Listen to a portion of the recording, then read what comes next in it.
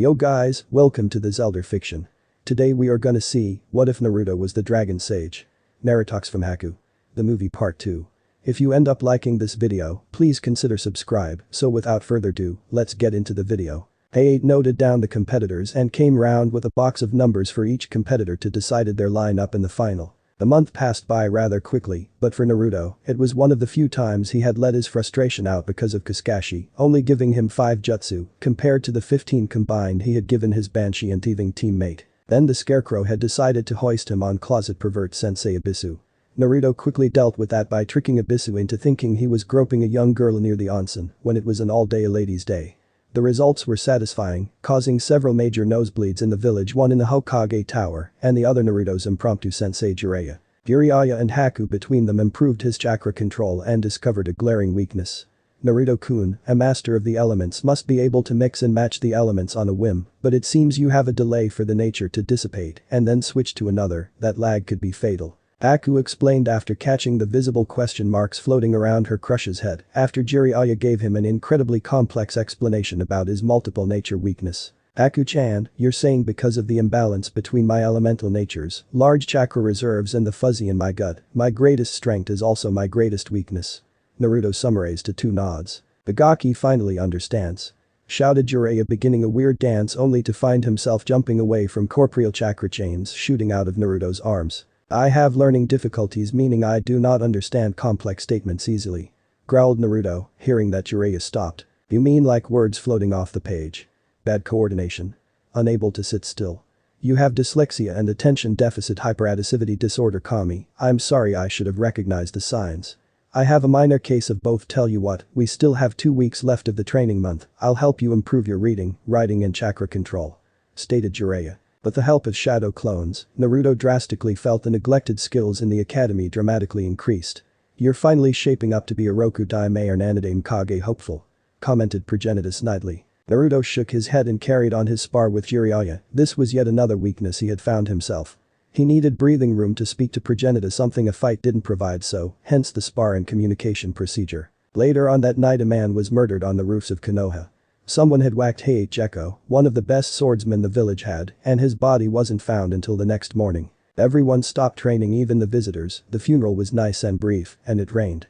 Rained harder than ever. Naruto began to wonder if it always rained when a shinobi of Konoha died. Finally the day of the exams came around. Naruto only just made it to the arena on time. Just about on time, kid. Anyway, the powers that be have done a little changing around.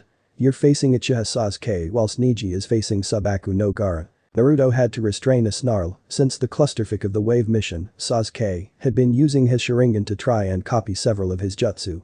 But thankfully, due to the dubious potential brain-damaging and did you remember potentially fatal method of clone spamming, he had reduced the majority of his jutsu to on average 3 hand seals. I understood.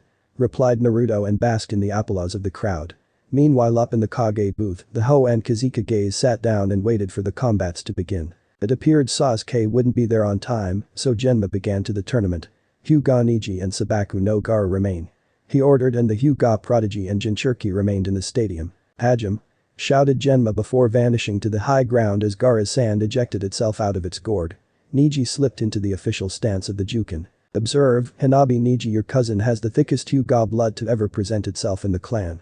Explained Hyuga Hiashi. As if an unspoken command was given, the sand surged forwards. Neji activated his Byakugan and jumped backwards as 2 massive sand claws sift their way out of the sand. Impossible chakra levels, he's only a kid. Time to show him why the Hyuga are superior. Neho thought as he landed just outside the range of the sand. Flicking his wrists, Neji hurled several chakra-enhanced kunai and shuriken at red-haired sociopath. The sand surged up in front of Gaara, plucking the projectiles out of the air. Your blood satisfactory, mother happy prefer Uchiha. Rasped Gaara as he felt Shukaku stir in his mind. What am I against? Okay Neji, stay calm, you're a prodigy of the Hyuga clan. Shut off his chakra. Neji told himself and undid his weights. Neji's weights crashed into the floor and he charged forward. 8 trigram 64 palms. Neji murmured and the world descended into blackness, and Gaara found himself in a yin-yang symbol, and the blows descended upon him. Gaara refused to scream as the blows connected solidly with his chakra circuit and knocked him backwards. Slowly but surely the backpedaling sped up, and upon the last blow, Gaara was propelled backwards like a geyser, connecting solidly with the arena wall. Impossible. That's the 8 trigram 64 palms of heaven. How did he learn that? Thought Hiashi as he subconsciously leant forward intent on seeing what else his nephew had up his sleeve. Maybe Niji will help me learn that. I know the 8, 16 and 24 palms perfectly. I'm getting there at the 32 palms, maybe he can help me, it seems he despises Nichan as much as the rest of the clan. Thought Hanabi. Winner Genma began to say only to jump back as Gaara materialized out of the sand on the floor. Impressive if not for my clone, you would have won sand spikes. Rumbled Gaara and several sharp spikes of sand erupted around his feet, sending Niji backwards like a spider. Sand bullets. Then the spikes morphed into a pillar of sand which then began to spit fingertip-sized bullets at Niji, who had to employ his Byakugan to dodge, duck and dive out the way of the bullets, which managed to crack the foundations of the arena. 8 trigrams revolving heaven. Shouted Niji and he began to spin rapidly pushing his chakra one way and himself another, erecting a dome of bright blue chakra, effortlessly deflecting the remaining bullets. Gaara beginning to mentally lose ground to Shukaku, took a few steps forwards and released his sand armor, thinking his opponent was done for. Sand burial Gaara declared. The sand swallowed Niji only for him to disappear in a plume of smoke, revealing a wooden log. 8 trigrams 64 palms. The Hyuga declared. Whereas last time Shukaku had sluggishly managed to clear the chakra out of Gaara, this time he was removing the blocks almost immediately as they come. I can't beat this one. How can he have so much chakra and be able to remove my stoppers? Niji pressed on the assault regardless he hammered home several more chakra shots even several at the tandem. Sand breakthrough. Shouted Gaara exhaling a cloud of sand shards which buffeted and shredded Niji and pushed the boy back. Only for him to activate his revolving heaven again. Surrender, Hyuga mother will spare you. Gaara rasped as his body suddenly spasmed due to his tailed beast, wanting him to shred the boy limb from limb. Never. My destiny is to die and serve the main branch of the Hyuga, you know nothing of sparing life. 8 trigrams 1 Niji shouted and suddenly stopped and blood erupted from his mouth. Niji looked down and saw a spear of sand protruding from his back and emerging out the front. Good news, it hadn't hit anything major like the spine, lungs and the heart, but it had caught his stomach. The crowd stopped and watched the spear disintegrate and remove itself from its victim and the sand spattered with blood retracted into the gourd. Winner Sabaku no Gaara. Declared a slightly green Genma. The good match, Hokage Dono, I don't think they are ready yet for Chunin. Gaara still needs to curb his bloody tendencies, whilst Hyuga-san could have been a Chunin lost it due to losing his cool. Said the Kazekage before licking his lips. The Hokage nodded and grunted in agreement. Game over Orochimaru, I met the Yondaime Kazekage a few times, and he never did care about his children that much, he even tried to kill Gaara a few times. I never did that to Naruto, though I have suspicions on who did and who switched the fights around. The Sandaime thought darkly. I must agree Kazekage-sama with your assessment of the first round of combatants. Now let us get on with the second fight. In the stadium the Shinobi Council had gathered and were taking notes and commenting on the fighters, deciding if they should receive recommendations for promotions. Decided then, none of the fighters to receive a promotion. A psyche check on Hyuga Niji and allow him entry to the next Chunin exams. Questioned Aburami Shibi, to which he received a majority vote. The old genin what they didn't realize was there were multiple ways to become Chunin. One was to impress the judges in the exams, a battlefield promotion, a good amount of effective and successful missions with recommendations from the client, and the last, but possibly the sneakiest of them all, a council's recommendation to take the Chunin exams. This little trick allowed said participant and his team a bypass in the next Chunin exams, meaning more chakra available and a better performance. Uchiha Sasuke and Uzumaki Naruto, please enter the field. Naruto jumped into the arena and waited. After 2 minutes it appeared that the last Uchiha wasn't going to show up. Uzumaki Naruto Genma began to say when a shinobi in an immaculate green flak vest appeared in the stadium. This shinobi was most evidently on the civilian council peril, judging by the state of the vest. Most shinobi vests were either frayed or torn slightly. Yes, asked Genma coldly. The council wanted Uchiha Sasuke to still fight. He explained. That lost get clearance from Hokage-sama. The Jonin spat on the floor near Genma's feet and vanished in a shunshin. Hokage Dono, why not move the Uchiha's fight to last as an exhibition, as most of the crowds have come to see him fight, myself especially. Suggested the Kazekage. The Hokage grunted very well, he will have his fight no promotion, as a Chunin one is expected to arrive on time. If it had been a proper war, Uzumaki Naruto could have been killed or taken hostage. The Sandaime noticed a subtle aura of glee whenever the Uchiha was mentioned around Kazekage. Have you now, Orochimaru? Thought the Sandaime gleefully. The crowd cheered at the fact the last Uchiha would fight last.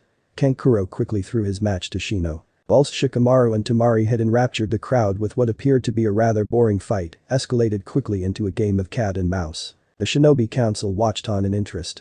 They all quickly came to the conclusion that Shikamaru deserved the rank of Chunin. Shadow possession jutsu success, I give up. Had another 20 moves planned out, but I'm all out of chakra. Said Shikamaru from his place on the edge of the shadows, squatting down with his head bowed. Lazy bastard. Shouted Sakura. Shika, typical.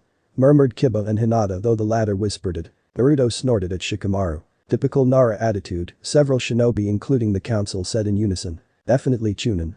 Commented the Kages. As Uchiha Sasuke hasn't arrived, he has 2 minutes before being disqualified.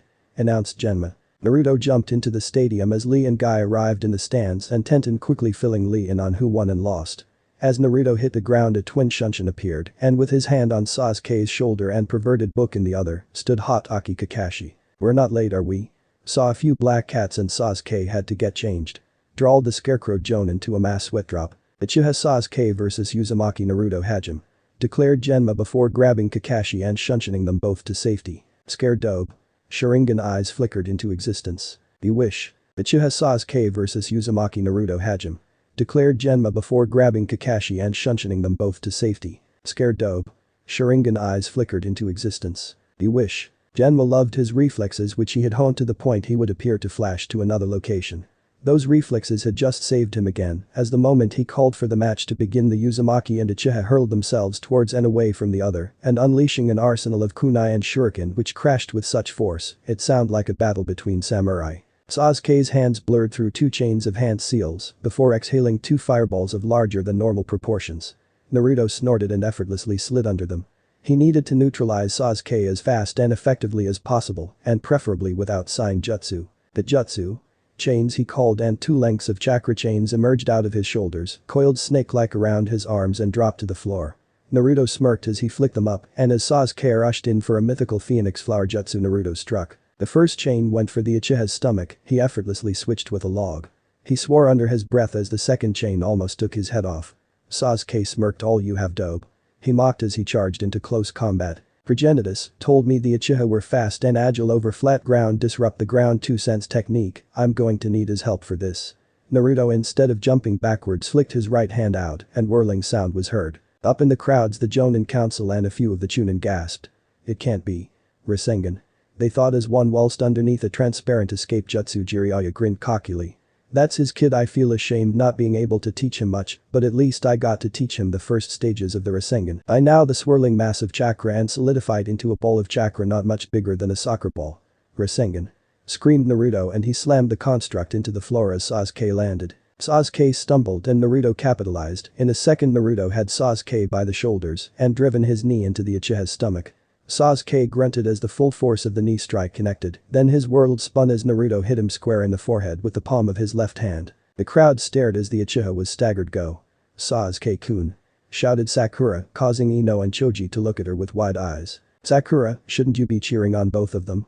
I mean, they're both your teammates. Chastised Ino only to receive a glower in return. Sasuke-kun is so much better than Naruto team, Ino, as a result he is the only one worth cheering, she replied before screaming another cheer for Sasuke. Sasuke was amazed, he couldn't copy Naruto's attacks. Well, he was tracing them, but he wasn't able to block them with his interceptor style. Lightning style. Bolt. Sasuke shoved his hand out like a spear and the bolt of lightning discharged off it rapidly and sent it careening towards Naruto. Sawed it, I have to use them. Hyoten. Black spiral dragon. A black dragon made of ice erupted from Naruto's mouth. Thankfully the seals were made too quickly to be copied, but Sasuke had seen enough of them to evade the technique. Hatsu. Shouted Naruto and the dragon exploded, launching fragments across the field. 7 of which caught Sasuke cleanly in the stomach. Sasuke snarled and dropped the weights on his arm with a slice of a kunai and flipped away. Up in the stadium, Kakashi's eye widened as he saw Sasuke begin scrolling through hand seals. Sasuke, you're not. He growled out loud. Kakashi-san, what is Sasuke doing? A soft female voice, Kakashi, who had been joined by Guy and Genma, turned around to find Haku joining them, her Chunin vest 3/4 done up. I taught him under the pretense of fighting the sand kid, the Chidori, that attack I used in our second meeting. Explained Kakashi and Haku's eyes widened. And that boy is using it on Naruto. Growled Haku as Koroi began to growl at the stupidity of humans. Sasuke-kun is so cool mustering all that power. Exclaimed Sakura, but Ino, Choji and Kiba, whose parents and relatives had worked with Kakashi, gulped. This isn't exactly good. Sakura, Sasuke could actually kill Naruto with that jutsu. Exclaimed Ino, emphasizing the word kill, but Sakura didn't care because her true love was trouncing the bucket into the earth. Progenitus, any ideas? asked Naruto as he began scrolling through an incredibly complicated jutsu. The reason it was so complex was because he needed to focus his chakra into the water tanks deep below the stadium. Hit the kid with a water dragon jutsu and watch him fry himself. Came the slightly arrogant response and Naruto nodded. The first set of hand signs were draconic signs allowing their summoners to manipulate the atoms and molecules around them into the chakra of their choice. In this case Naruto was rapidly increasing the moisture in the air and forcing the pre-existing water in the tanks below the stadium upwards. Naruto knew couldn't do it alone so progenitus, and after many a cajoling the QB began forcing their chakra and manipulating said chakra around the blonde's body. Up in the Kage booth, the two Kage's eyes widened.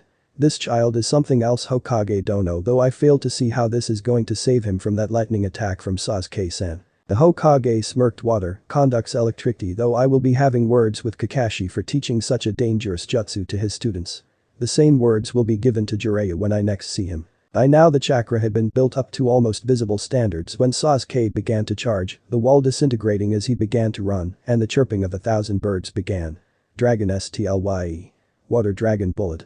Screamed Naruto as Sasuke hit the floor. The water rushed up from the tanks into the arena as the moisture in the air dispersed into a short rainfall, and soon enough Naruto was standing on a 2-foot deep volume of water. Suddenly the water began to churn and bubble, and a water dragon the exact same as Kakashi's sped toward Sasuke. Sasuke's eyes had two tomoed Sharingan, meaning he could see the flow of chakra, and if he could he would have gasped. How could the dobe have so much chakra? His temporary loss of focus was all Naruto needed as the water dragons plowed into the uchiha. Sasuke grimaced as his technique dissipated under the torrent of water with minor burns. Up in the stadium several Jonin and Chunin were observing with interest and mentally marking points to see if the combatants were deserving of the Chunin rank. That Naruto kid, he's using good use of strategy and decent jutsu. The way he started the fight with pure jutsu and trying to resist using his jutsu. Sasuke using that jutsu on a comrade he doesn't deserve the rank. Came the unison report of the assembled shinobi. Then Orochimaru struck, forming a modified snake seal. A set of feathers descended upon the stadium. The moment the feathers started to fall, 36 Suna shinobi slammed their hands down in unison on 3 summoning circles. Then in 3 massive clouds of smoke 3 snakes appeared, then almost as programmed they surged towards the village walls. Back in the arena several Odo ninja jumped out of their disguises as civilians and fell upon the assembled Chunin. Naruto smirked and summoned a well of chakra and visibly forced it out of his body, freeing him from the gain jutsu as Sasuke and Sakura did the same. Ara, Kankuro, Temari, get out of here, fulfill your part of the plan, I'll deal with these genin. Ordered Baki as he jumped into the arena to find Naruto already rushing after Sasuke who was hurtling after the Sant siblings. Uzumaki Naruto the Jonin began only to be cut off by Naruto. Namikaze Uzumaki Naruto actually but take your pick. Replied Naruto calmly. The only responses were a stiffening off the Sand Jonin's back and the senbon loosening in the other's lips. Since the Chunin exams are now over and your foolish opponent has charged off, you are to provide assistance. I can take this one. Ordered the Jonin. Hi. Shiranui Genma. Hi Genma Taicho. Naruto rushed forward quickly multiplying himself into a small army and he quickly left the arena. Naruto entered the gallery, pulled out and launched 3 kunai and 4 shuriken into 3 Odo ninja creeping up on Haku. 2 of the kunai penetrated the base of the skull of 2 of the ninja, and 2 shuriken finished off their spines. The remaining projectiles littered the other nin's arm and shoulder. As he spun around Naruto was in his face Uzumaki Hijutsu. Chains. Get over here.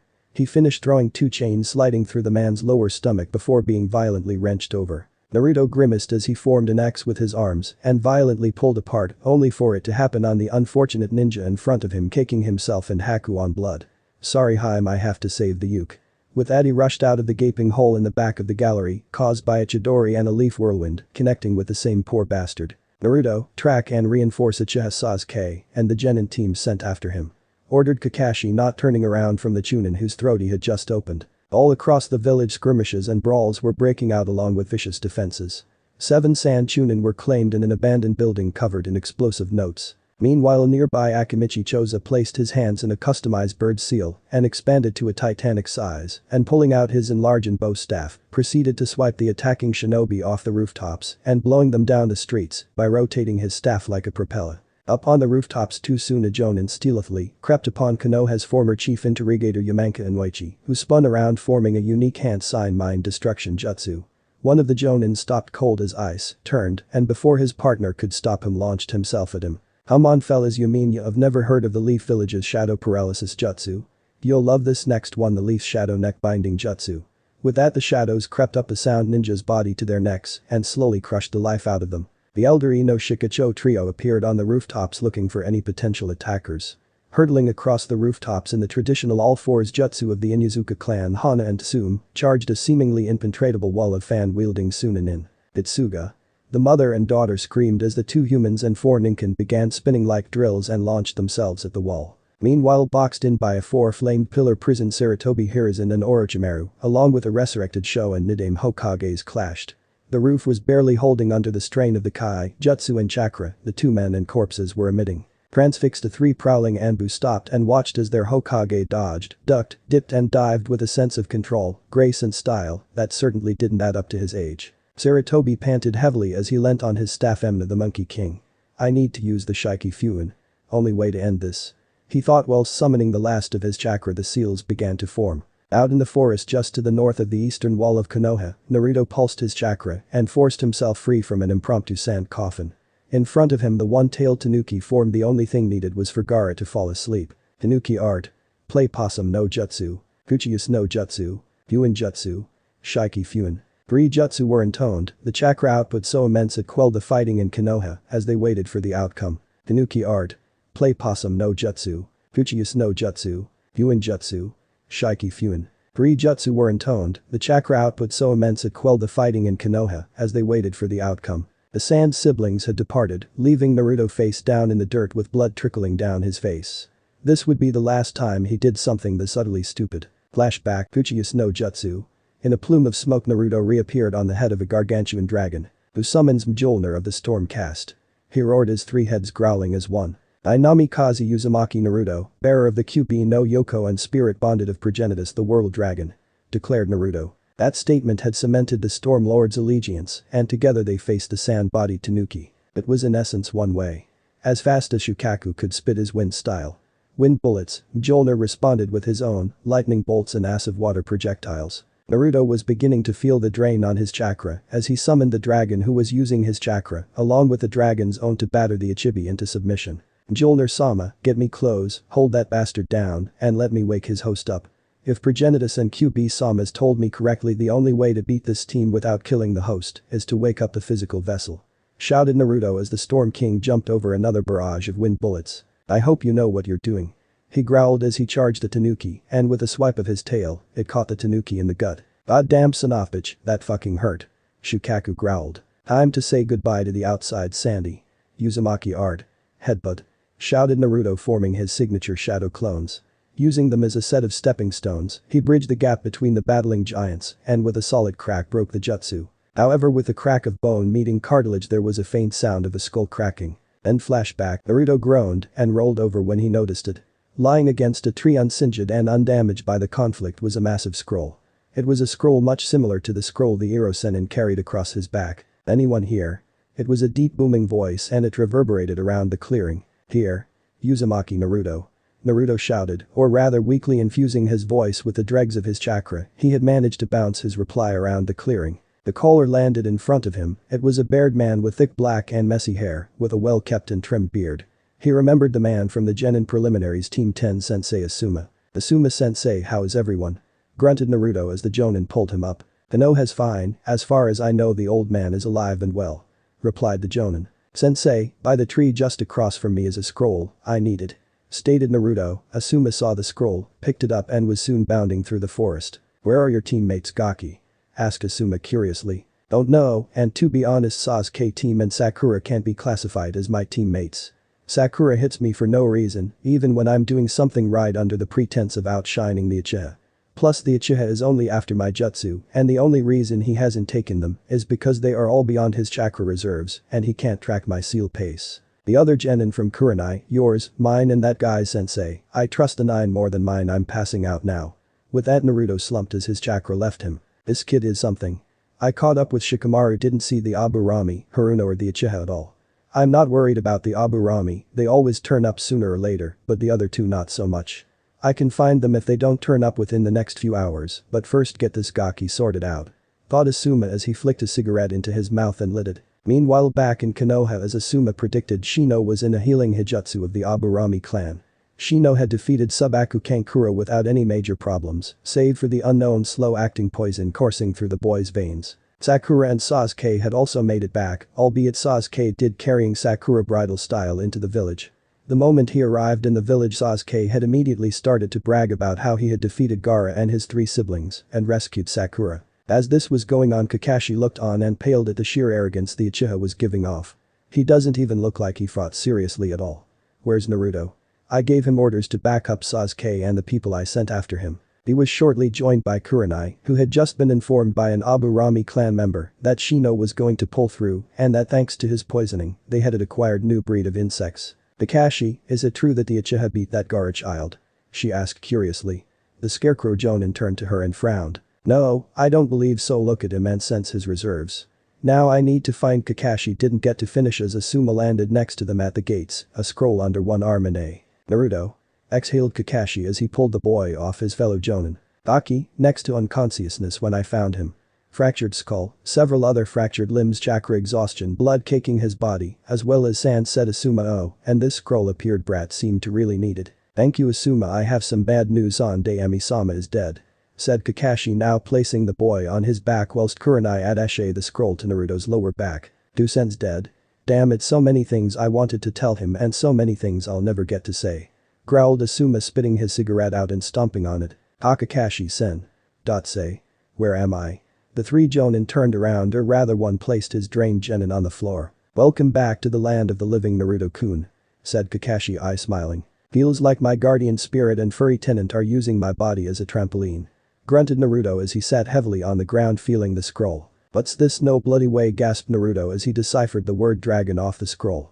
My family's true summoning contract. Kakashi grinned and pulled him to his feet. Naruto, the Sandaime died just now.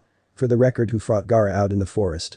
Questioned Kakashi urgently. I fought Gaara, he went raccoon-like, then I remember summoning a dragon, and then everything gets hazy before I felt something crack, and the next thing I know is I'm on the floor caked in blood and sand. Kakashi nodded. Naruto definitely looked like he had been trampled through the dirt, and he noticed the contract. I take it that's the contract Jiraiya had you sign. Deciding to conceal his heritage of being a dragon summoner until he needed to, Naruto nodded. Permission to go have a shower and a nap. Then forming a half-ram sign vanished in a swirl of smoke. Definitely got style. The Jonin thought. Naruto was roused from his deep nap by a sharp rapping on his door, grabbing a kunai and dressed in a t-shirt, dragon boxers and frog nightcap, opened the front door to find Haku-chan. Haku slid into the apartment. Nice boxers anyway, here to tell you that the council requests to see you. She replied, and as she turned to leave, Naruto caught her hand and pulled her into his apartment. Sorry about the mess Haku-chan, but I have something to show you. With that, Naruto led Haku into the apartment, and there on the coffee table lay a contract with the kanji for dragon on the side. It's appeared when Naruto-kun? Asked Haku in a whisper. Few hours ago, not exactly sure as I was on the verge of passing out when I noticed it.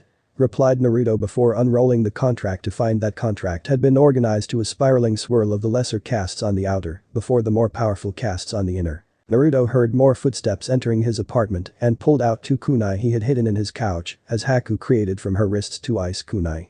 Who is it? An Anbu wearing a raven mask entered the living room. Uzumaki. Naruto, Yuki Haku, the council wishes to see you and get an account for your absence, Naruto-san.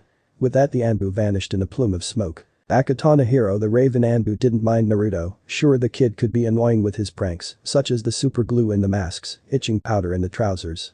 But those pranks, he believed, helped improve the most important skill a shinobi needed: stealth. What Raven hated the most about his job as an Anbu operative was being the messenger boy or man for the bloody council. He materialized in front of the rapidly assembling council. Uzumaki, Naruto, and Yuki Haku are on their way. Why didn't you bring them as per your orders? Snapped Utain Kaharu. Because Utain-sama, Uzumaki. Naruto was indecently dressed at that particular moment and Yuki Haku was in the bathroom at the time. Replied Raven. Just then the doors opened to the council hall and Naruto and Haku entered. Naruto looking incredibly grouchy and sleep-deprived, clutching the scroll close to him whilst Haku remained impassive. We're here, grouchy old manipulative twats. Naruto flinched only to be hit around the ear by Haku. Uzumaki, where were you during this invasion of Suna and Odo? Ordered Kaharu, only for Naruto to shut his mouth and stare the elder down. Answer the honorable elder, demon spawn. Screamed a civilian councillor, who then gurgled and dropped dead as a shadow retracted from his neck and back into the shadows. Sandaime-sama's law is still in effect. Drawled the Do Anbu. Gen and Uzumaki, you will answer the question or be court-martialed. growled Danzo, trying to apply his unique genjutsu on the jinchuriki. Kid, we're trying to be mind-controlled even though you think we aren't. Keep your mouth shut and wait until the Jonin commander speaks up and answer his questions. Ordered Progenitus as he and the fox projected their chakra around Naruto's body, breaking the genjutsu. Are you retarded? Snapped Midokado Himura when Shikaku stood up. Genin Uzumaki, my name is NarutoxFemhaku, and I am the Jonin commander of the village. I am inquiring about your whereabouts during this most recent invasion. Drawled the commander, and immediately Naruto responded. I was in the Chunin arena before being ordered by Takebetsu Jonin Shiranui Genma of the Hokage Guard platoon to reinforce Sasuke team. That's Uchiha-sama to you scum. Screeched Haruno Mibuyuki, and Naruto winced. Haku slapped Naruto across the head. Naruto-kun, behave, put aside your dislike of Sasuke-san and finish the report. Then she turned to the civilian counselor. You shut up about Sasuke-san being superior and keep your mouth closed from shinobi abuseness. Haku laced the tone of her voice with a good dose of kai, causing the civilian council to nod as one. Sorry Genin's Uchiha Sasuke, Haruno Sakura and Nara Shikamaru. Anyway, on my to reinforce Ed Genin, I found Aburami Shino in need of medical assistance, but another member of the Aburami informed me to carry on my original mission and that he had the situation under control. I proceeded to the sound of fighting nearby, believing it to be the team, but it turned out to be the Ichibi no Shukaku fighting to be released from his container. Everyone was transfixed as Naruto carried on his statement. He's telling the truth so far. Informed Ibiki from his position next to the Uzumaki. During the on-the-spot post, disaster reports, the T&I department stood invisible to the subject and made sure to keep track of body language, temperature, sweat glands and brain activity to ensure no one tried to spin the report in their favor. I couldn't find the team anywhere, but unfortunately I was noticed by the Shukaku and was forced to battle him. With the use of sheer multitude of clones and a very lucky timely intervention from a dragon summon who I managed to summon without the use of a contract, and through my spirit guardian, I managed to defeat him. I sustained skull fractures, broken ribs and a broken arm, along with blood loss, all of which are healed due to my tenant, shall we say. With that, Naruto concluded his report. We accept your report and inform you that you have 2 days off before the funeral of our beloved Sande Ami-sama. Informed Shikaku. Naruto bowed before heading out of the council chambers. Just a moment, Uzumaki, a weedy voice called out. We accept your report and inform you that you have 2 days off before the funeral of our beloved Sande Ami-sama. Informed Shikaku. Naruto bowed before heading out of the council chambers. Just a moment, Uzumaki, a weedy voice called out. Naruto turned again. Who is it? He called bluntly. The civilian council stiffened at the impatient manner Naruto was addressing one of the elders. I'm Elder Shimura Danzo. I'm curious about this dragon contract. Well, I'm not curious, but I'm demanding that you hand over the contract to the young Uchiha Sasuke. Naruto's eyes turned shining gold, with a hint of bloodlust coming from the QB seeping out. Okay, if you order the clans to hand over several of their most prized techniques. He responded coldly. The Shinobi Council reacted in several ways. The Kurama and Hyuga clan heads responded sharply and harshly with cries of preposterous, whilst the other clans smirked as they recognized the ploy the dragon summoner had used. I'd never ask our noble clans to do such a thing. Wheezed Danzo. This brat was grating on him. Oh, how he wished he could use Uchiha Shisui's implanted eye. But at this moment the genes of the Shodaime Hokage were just settling in. You will do what Elder Danzo commands, brat. Ordered Himura, though secretly deep down, and he wouldn't reveal it under protest. He believed that the young Uchiha was too unstable and ill-suited for the powers that the QB holder had at its disposal. I'll surrender it if the Uchiha can summon a whelp and it bows to him and accepts him. Replied Naruto. Game set. Game matched. The Dragon King and Fox thought. Sasuke entered the council chamber to a standing ovation on the defeat of the Ichibi no Shukaku Uchiha Sasuke. The civilian council, with the backing of the Shinobi Council, have managed to get you the dragon contract. Naruto smirked evilly, swung the contract roughly into the Uchiha's body, causing him to stumble. Write your name in either the lightning or fire dragon castes based on your affinities. Naruto advised. Sasuke shrugged him off, opened a scroll and signed his name to the most powerful dragon caste, the caste of the 5 elemental release. I, Inu, Tori, Seru, Hitsuji Kuchius no Jutsu. There was a puff of smoke and out of the smoke, nothing appeared. Brat. What did you do to Sasuke-sama? Screamed one of the civilian council. Naruto smiled draconically when he saw the out-cold Uchiha. Idiot, I told him to sign his natural affinities. With that he picked up his scroll, winked at Haku, and the pair vanished in shimmer of ice. Naruto and Haku arrived back at his apartment to find Jiraiya sitting his couch. Kids, I need to borrow Naruto, I'm taking him to find the Gondaime. Said Jiraiya. Not interested, to be honest, I'd rather work on training my other elements and summonings. Replied Naruto. What if I told you I had a personnel jutsu for you? A variant that I made based off your father's. Jiraiya countered the grin. Naruto-kun, go on, go save the leaf. Soon enough, within 10 minutes Jiraiya and Naruto departed the village. Naruto attacking very few of his possessions, mainly his scroll and a few changes of clothes. Where are we going? Asked Naruto curiously. We're going to find the new Hokage, she should be in Tenzaku town. Don't worry, on the way you'll learn a few jutsu. Said Jiraiya. What? Exclaimed Naruto, getting a belly laugh from the Toad Sage. Thought you were ready to be Hokage. Not yet, kid, 4 years or so, you'll make a good Roku Daime or Nanadame Hokage. Explained Jiraiya, causing Naruto to face vault. At night the pair set up for the night. Jiraiya handed Naruto 2 water balloons. Rotate the water with your chakra until they pop, like so. With that the water balloons detonated in a pattern of multicolored shapes. Naruto nodded and grabbed the water balloons and began to spin them. Jiraiya stopped Naruto after half an hour and forced him to sleep. Naruto that night had possibly one of the best night's sleep ever. The next morning the duo were back on the road again. Naruto swore violently as he couldn't detonate the balloon. Kid, how many ways are you spinning your chakra on both balloons? What way does your chakra spin? Asked Jiraiya. I don't know. I wasn't exactly allowed in the majority of my lessons. Replied Naruto somewhat sullenly. Jiraiya nodded, dodged back to his young companion, and slammed his hand down on the boy's head. Spinning in 5 directions, you need to spin it in 1. And spin your chakra to the left. Jiraiya instructed. Naruto did as instructed and soon enough the balloons popped, turning Naruto's hands wet.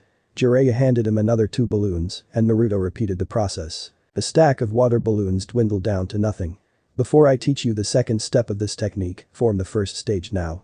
He ordered. Naruto concentrated on the feeling of the first stage, and the spinning shell of the technique bloomed into existence in both hands.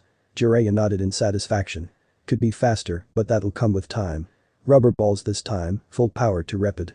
He instructed. Naruto channeled his power into it and nothing. By now the duo had almost reached Tenzaku town. Isn't this place a gambling city? Correct. Gaki, by teammate Tsunade, is known as the legendary sucker. She's going to be the Daime Hokage, however she has debts as large as her assets and will probably take flight if she ever catches wind that we're coming for her. Explained Jiraiya. Meanwhile in a little bar in Tenzaku, a large-breasted blonde-haired woman placed a sake bottle down. Her companion, a small dark-haired woman, clutched a pig wearing a set pearls. Lady Tsunade, please, I think you have had enough to drink. Shizune, don't tell me what to do. Growled Tsunade as she drained yet another bottle of sake. Then the door opened as Jiraiya and Naruto both entered. Hero Jiraiya, is that them? 4 in from door, 5 across. Naruto asked curiously. Ever since Naruto discovered Jiraiya wrote the Uchiha books, he started calling the man Hiro-sanin, but Jiraiya had quickly proven himself to be a somewhat decent teacher, hence Hero Jiraiya. Jiraiya couldn't complain about the second name, as it was better than the first. He quickly agreed if he decided to teach Naruto more and less peeping Naruto would consider the suffix sensei. Yup, that's them. Let's pray we're lucky. The Toad Sage said as the pair made their way over. Hey, Tsunade Haim. Called Jiraiya as they walked over. Tsunade and Shizune looked up and paled as they saw the infamous Toad Sage walk over with another person. Jiraiya, I had a feeling you'd turn up. Meeting up with both teammates in one day can't be a coincidence. Growled Tsunade softly. What is it, you two? The council wants you instated as the Daime, Tsunade-sama. Stated the blonde. He was blunt and polite, both things Tsunade appreciated. Thanks but no thanks. Sarutobi-sensei is still alive, isn't he? She asked, though deep down when she had met with Orochimaru, he had a gleam in his eyes that she remembered that he got in the Second Shinobi War whenever he killed someone. Sarutobi-sensei is dead. Orochimaru ran him through with Kusanagi but lost his arms in the process. Said Jiraiya sadly. Who's the runt? Asked Tsunade bluntly, clearly indicating Naruto, who bristled under the insult, but after months of training with Progenitus and the QB on insults and not listening to them paid off. Uzumaki Naruto, my apprentice you could say. Said Jiraiya, giving Naruto a pleading look as in please back me up. Yeah, Jiraiya-sensei is my teacher. Temporarily at least, he's been helping me get control of some learning difficulties and reinforcing the basics on me. Said if I could get them to a suitable level in my jutsu the same, he'd build upon that. Commented Naruto, catching the younger girl's interest. I'm Kato Shizune, Tsunade-sama's apprentice. What do you mean the basics and difficulties? Asked Shizune curiously. Dyslexic, ADHD, chakra control, reading and writing kinda need to improve them if I'm going to become Hokage. Oh, and chakra control some more complex ones. Stated Naruto, making Shizune smile and understand. At least he's not turning you into a pervert. She said, giggling, making Naruto grin. Haku-chan would give me frostbite of the decade if he even dared. I'm not going back, Jiraiya. Everyone who has taken that position is a fool and has died. Screamed Tsunade at Jiraiya, who recoiled just outside of his former teammate's arm length. Boy, Grandma, I understand the concerns, but I'm not going to sit here and listen to you slag off the role of Hokage. Snarled Naruto. Fuck, kid, we're in it now. Both the blonde's tenants commented together before glowering at each other. The dragon and fox had come to mutual agreement to despise each other, but to help their tenant when he needs it. Alright brat, outside right now, you need to learn to respect your elders. Growled Tsunade, the sake flooding her system, making her intolerant to the disrespect of the blonde punk. The group made their way outside. Punk, I quite like you. I'll make this interesting. If you can land a blow on me, I'll become the Gondai, and I'll chuck this necklace in.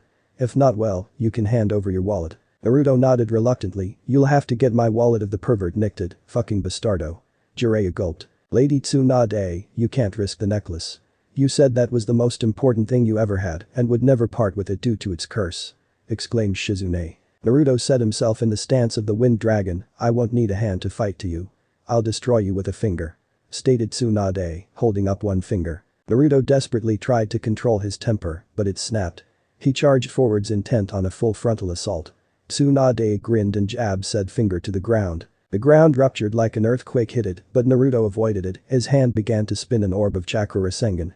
Tsunade dodged the attack and went to poke the genin, but broke a wooden log instead. Dual Rasengan. Naruto shouted, but he left himself wide open. The attack faltered, the spheres flickered and shimmered and dissolved into nothingness. Tsunade dodged them and with one flick of her finger, sent the boy flying down the street into a wall to end up compacted inside a garbage skip outside of a restaurant. Jiraiya, you imbecile, teaching him your variation of that technique. What were you thinking? Growled Tsunade at her former teammate. He's his kid. Anyway, let's get a drink for old time's sake and you can tell me what Orochimaru promised you. Be warned, if you think that Orochimaru will fulfill his end of the bargain, I will kill you. Warned Jiraiya, the Kai lacing his voice, showing Tsunade why he was the strongest in terms of raw power out of the Sannin. But that the slug and toad summoners headed off to the bar. Shizune quickly joined them as she had put Naruto on a bed. Shizune, the brat has a week to learn the dual Rasengan. Shizune nodded. I'll tell him when he wakes up. With that she left the two Sannin, leaving them to reminisce about old times. I have week to decide, Jiraiya. 1 week to decide, Jiraiya. What do I do?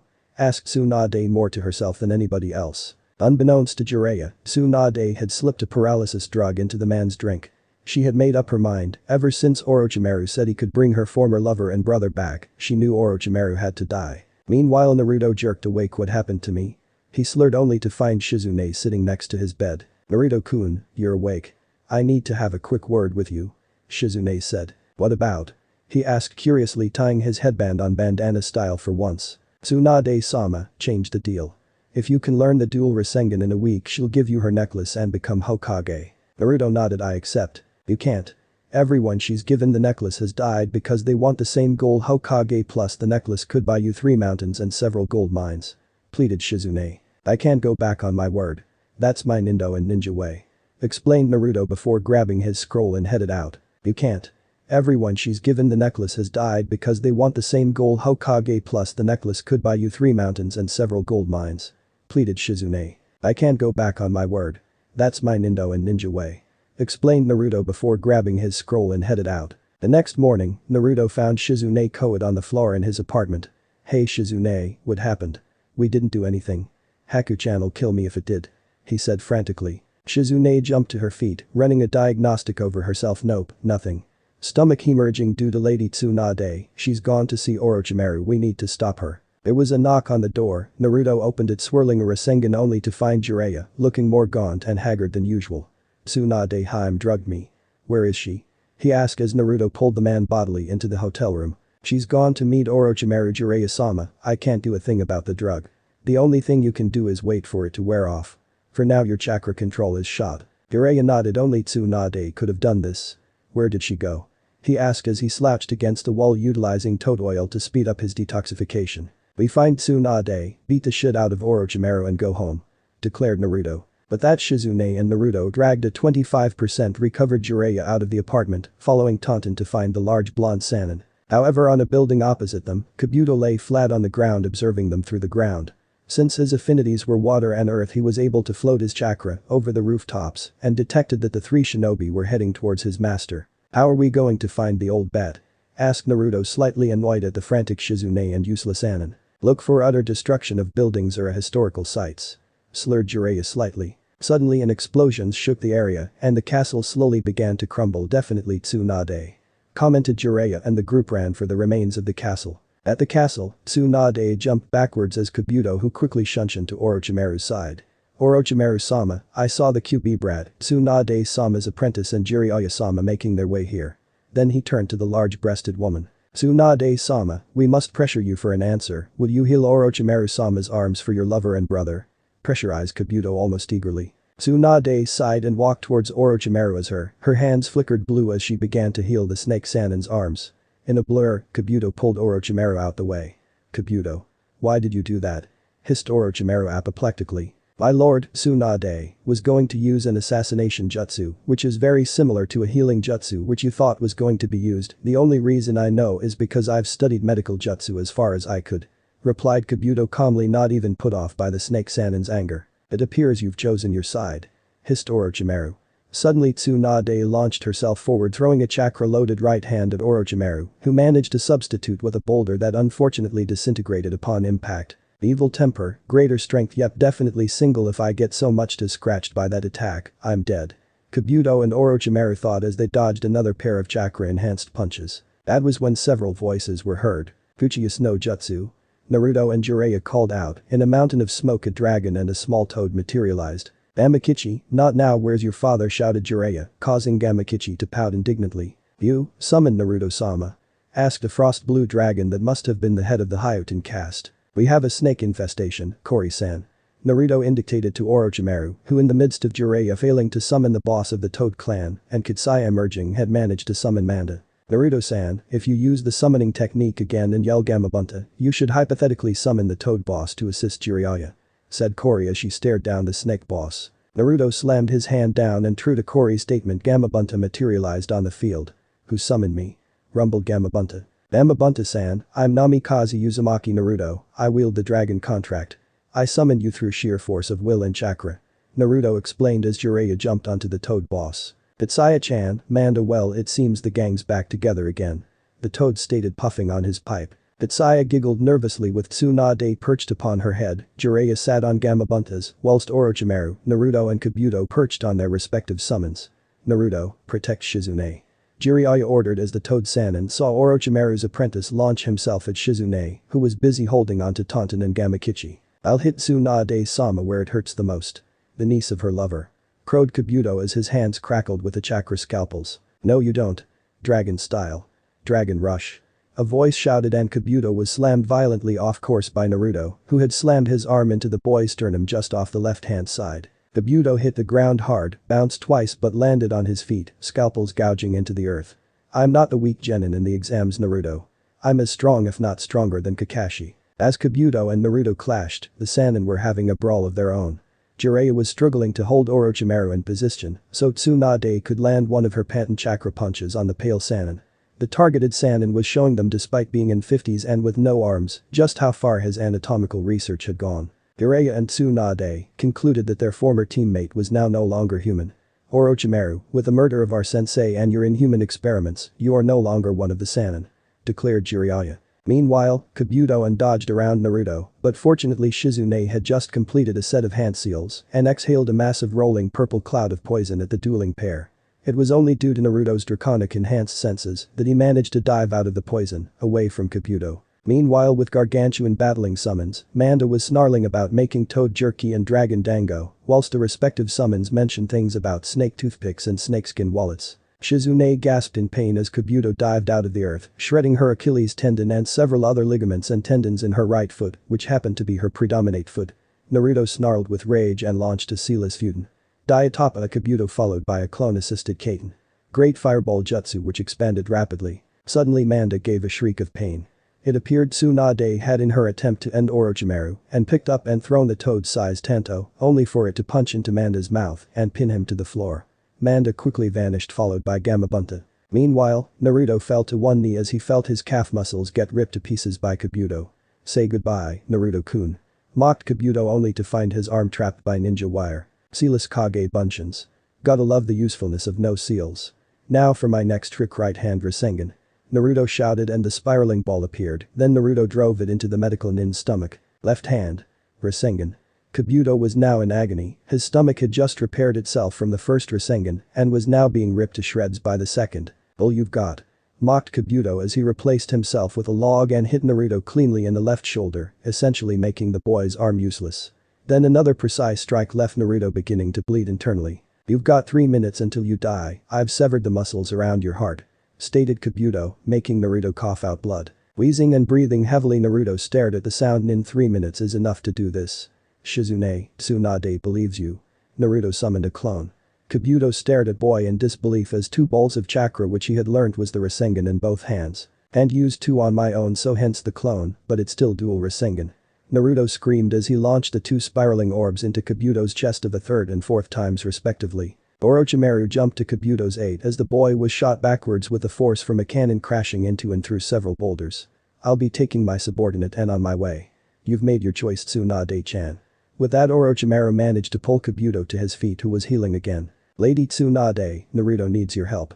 A voice called, but Tsunade didn't listen. She had probably made the worst decision of her life. "Lady Tsunade, Naruto needs your help." The voice said again. Tsunade turned to find Shizune, crouched over Naruto frantically trying to heal him. Tsunade froze as she saw Shizune's hands were caked in blood. Flashback no jutsu. The young Tsunade knelt over a young boy with messy blonde hair, wearing a green pendant on a cord of ninja wire. "Nawaki, you stay with me. Your Nichin is here. You're going to be okay," she said as she began her compressions to get the boy's heart going. It worked temporarily. Nawaki woke bolt upright, coughing blood, and collapsed, body spasming rapidly. "Nichin, don't worry. I won't make it. I'm sorry." Tsunade stared as her baby brother smiled one last time and closed his eyes forever and died in her arms. Flashback no jutsu kai. "Nai no flashback no jutsu. Tsunade Haim, I'm sorry," rasped Kota Dan, forcing breath out of his ruptured lungs, caused by a poison technique by Tsunagakure but used by Kiri just 15 minutes earlier. "Stay with me, Dan. Stay with me," growled Tsunade as she had done a few months ago with her little brother. "I couldn't become Hokage. I'm sorry, love," Dan said, handing her the pendant back, the very same pendant that Nawaki had been wearing when he had died. It had been then that Tsunade had developed her hemophobia and superstition of death to anyone who wore her grandfather's pendant. "Nai no flashback no jutsu kai." Tsunade's eyes hardened no more. "I won't lose Shizune, and I won't lose this kid." With that, she ran over to the downed Naruto and stuck her hands over the boy's chest. Within moments she had found the injury's internal stomach hemorrhaging, aorta clipping in several places including the ascension. His pulmonary and hepatic veins have been clipped, as well as the ligaments and tendons in his left arm. "It's amazing he's still alive. We need to work fast," Tsunade stated as her hands turned green. "Shosenjutsu?" Master and apprentice murmured, and their hands turned a vivid green as they began to slowly try and stem the internal bleeding. Tsunade's hands shook slightly, due to her being of Senju heritage as well as Uzumaki. It meant she could tell if someone had slipped from being healthy to ill whilst she was using medical jutsu. "Damn, he's losing blood. His lungs are rapidly filling. I've said to never stimulate cells with internal bleeding, as the platelets and the hemoglobin may also multiply, but we must take this chance," she stated. Shizune's hand flickered blue as she immediately tried to hold back the blood flow as Tsunade whispered Saibo no Kasajutsu. Shizune stared. That jutsu, the cell activation technique, was a brilliant but unpredictable jutsu. The jutsu was said to be the pinnacle of chakra control, which was true to an extent. The finesse needed for medical jutsu was just amazing. It was because of this finesse control that ruled out the majority of men and some women from using medical jutsu. Tsunade waited as she activated a battlefield monitoring observation jutsu and her eyes widened. The jutsu was working, but appeared the boy's chakra was moving the effects of the jutsu around, avoiding the muscles and attending to the severed arteries and veins. Unbelievable, the additional chakra sources in this boy has manipulated by jutsu into patching up the veins and arteries that medical nins can't normally perform out in the field due to outside variables, explained Tsunade, making Shizune nod. Tsunade looked around as Jiraiya landed heavily on the ground. "Gaki. He okay, Tsunade Haim?" asked Jiraiya frantically. Tsunade grinned at her perverted teammate. She may not like training teams of children or be that concerned about them. Jiraiya to her had always been a wanderer doing as he wished, which she kind of loved about him. The other thing she liked about the man was whatever muse caught his interest, be it jutsu, teaching, peeping, he did it with full heart and rode that avenue up and down until it was finished. "Gaki will be fine. He reminded me too much of Dan and Nawaki that I couldn't not see him as a Hokage in the future. You may have missed the altercation between myself and Orochimaru, but I'm going to be the Gondaime," she said as she removed her hands from the boy. As if by magic, Naruto sat up. "Tsunade-san, I won the bet. With that, two clones materialized. One clone hinged itself into an armrest supporting the damaged left arm. Naruto began swirling his chakra into his hands. The clone began to spin the chakra in the left hand, and true to the deal, two Rasengans appeared in his hands. Naruto quickly dispelled the clone, and the left-hand Rasengan began to destabilize after 3 seconds. Needs work, but a dual Rasengan has been completed. With that, he passed out. Naruto quickly dispelled the clone, and the left-hand Rasengan began to destabilize after 3 seconds. Needs work, but a dual Rasengan has been completed. With that, he passed out. The group made good time to Konoha. During the time on the move, Naruto was practicing his dual Rasengan. It was slow progress, but slow and steady was the ticket. Naruto had found that when creating one Rasengan in his hand, slightly unbalanced him. So as he had observed during the Chunin exam, Sasuke needed a run-up to generate the electric hand jab. He thought that if he started to run at his opponent and create the second, it should possibly cancel out the imbalance of his natural weight and the density of the Rasengan. So here he was, at training ground 9 charging at a tree, for the 5th time. Rasengan. Naruto called and the ball of chakra popped into existence. He began to run. True to his hypothesis, the imbalance lessened. Dual Rasengan. He felt his body flatten out as the second orb materialized and he slammed the orbs of chakra into the tree. Boom. The explosion ripped the tree apart, sending tree trunk fragments, branches, sticks and Naruto flying. Naruto landed on his feet, dragging deep trenches in the ground as he tried to remain on his feet. Lee and Tenten, who were in the training ground at a different portion, came hurtling towards the source of the explosion. Neji had said he would join them after his morning training with his uncle. The pair had become close after Gaara almost killed the Hyuga branch heir. Neji had also gone through some changes. He no longer obsessed about fate, but rather decided to assist his cousins in fulfilling their potential at Jiken. It was definitely showing. Hinata's skill had increased tremendously, but not as much as Hanabi. Neji, through the use of his Byakugan, noticed that Hinata's chakra, instead of methodically flowing through her body, it flowed much like a river. Perhaps the fault of Hinata's Jiken is not of her, but rather the element. Neji hypothesized as he launched the 8 trigrams 128 palms onto a dummy to a good job. From his uncle. Tsunade had by now been in office for 2 weeks and had managed to make large inroads into the mountains of paperwork the Sandayami had died to get away from. How did sensei become so unorganized? She thought, as she stamped a night on a group of forms from the merchant district. Finally she reached what she deemed the important stuff, the shinobi records. She sped through the files writing approved on the records before stacking them in neat piles of 50 records, which were then bound in ribbon before tossed casually onto a steadily growing pile of approved forms that trembled on the desktop. Shizune. Tsunade called, and the handmaiden apprentice rushed in to grab the towering pile of forms before carrying it out of the room. However, as the young woman left the room, the building trembled, sending her and the paper toppling to the floor. Only for Raido, Iwashi and Katetsu to catch the toppling piles of paperwork and Genma to catch the woman. Shizune. A voice yelled, followed by you. Had. Better. Not. Have. Dropped. That. Paperwork. Genma eased Shizune onto her feet. Katetsu, help Shizune-chan with the paperwork, I'll deal with Tsunade-sama. She won't kill me, hopefully, as I'm part of the Horatian squad. You okay, Shizune-chan? Shizune nodded before blushing slightly. Yes, I'm fine, thanks. Thanks for catching me, Genma-kun. Genma stared at the girl as she and Katetsu hurried off. Now, she is one person I wouldn't mind seeing more often. I'd definitely say she would be one person I'd settle down for. It was quite known in Konoha that Genma could charm his way into the bed of almost any woman. Sakura was tending to the flowers in her garden at home, looking for a bouquet of roses of Sasuke-kun when she felt the earth tremble shake. Baka. Destroying my hard work of making a bouquet for Sasuke-kun. She growled, grabbing the bouquet in her kunai pouch. In the hospital, Haku had just changed the drip on Sasuke, who had been injured on an escort mission of Marino ID with Sakura, Lee, Hinata and Kiba.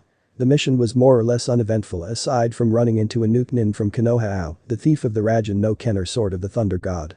The personal sword of Senju Tabarama. During the scuffle the sword had been broken and Sasuke, Lee and Kiba had taken some bumps and bruises and in Sasuke's case, a stable fracture on his skull, hands and left leg. The explosion shook the ground. Haku waited for the shake to pass before changing the drips and shook her head. Naruto-kun, you've done something exceptionally stupid this time. Back with Naruto, he shook himself down to find himself staring at Guy, Lee and Tenten. Bushy brows, mega brows. Tenten, sorry about that. My training ground and training ground were being used, so I came here. Well, that explosion was the result of me getting the grips on my latest technique. The three shook their heads. What was the technique, Naruto-kun?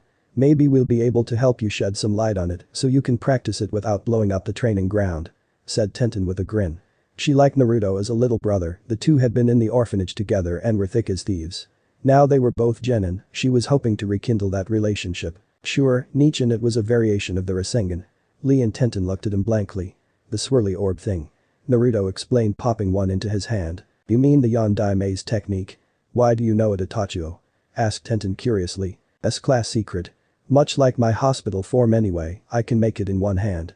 Jiraiya-san set me the challenge of perfecting or at least make some visible headway into his variant, the dual Rasengan. But that Naruto created the second Rasengan which quickly disintegrated. However, with a clone, I can make the second Rasengan. But Jiraiya. You mean Lord Jiraiya of the Sannin? Exclaimed Tenten with stars in her eyes. Naruto nodded the exact same. I can't call him sensei due to some of his habits, but we have come to the agreement, I will address appropriately if he's acting so, if not, well, let's drop the subject. The problem is the moment I form the Rasengan, I am pulled off balance.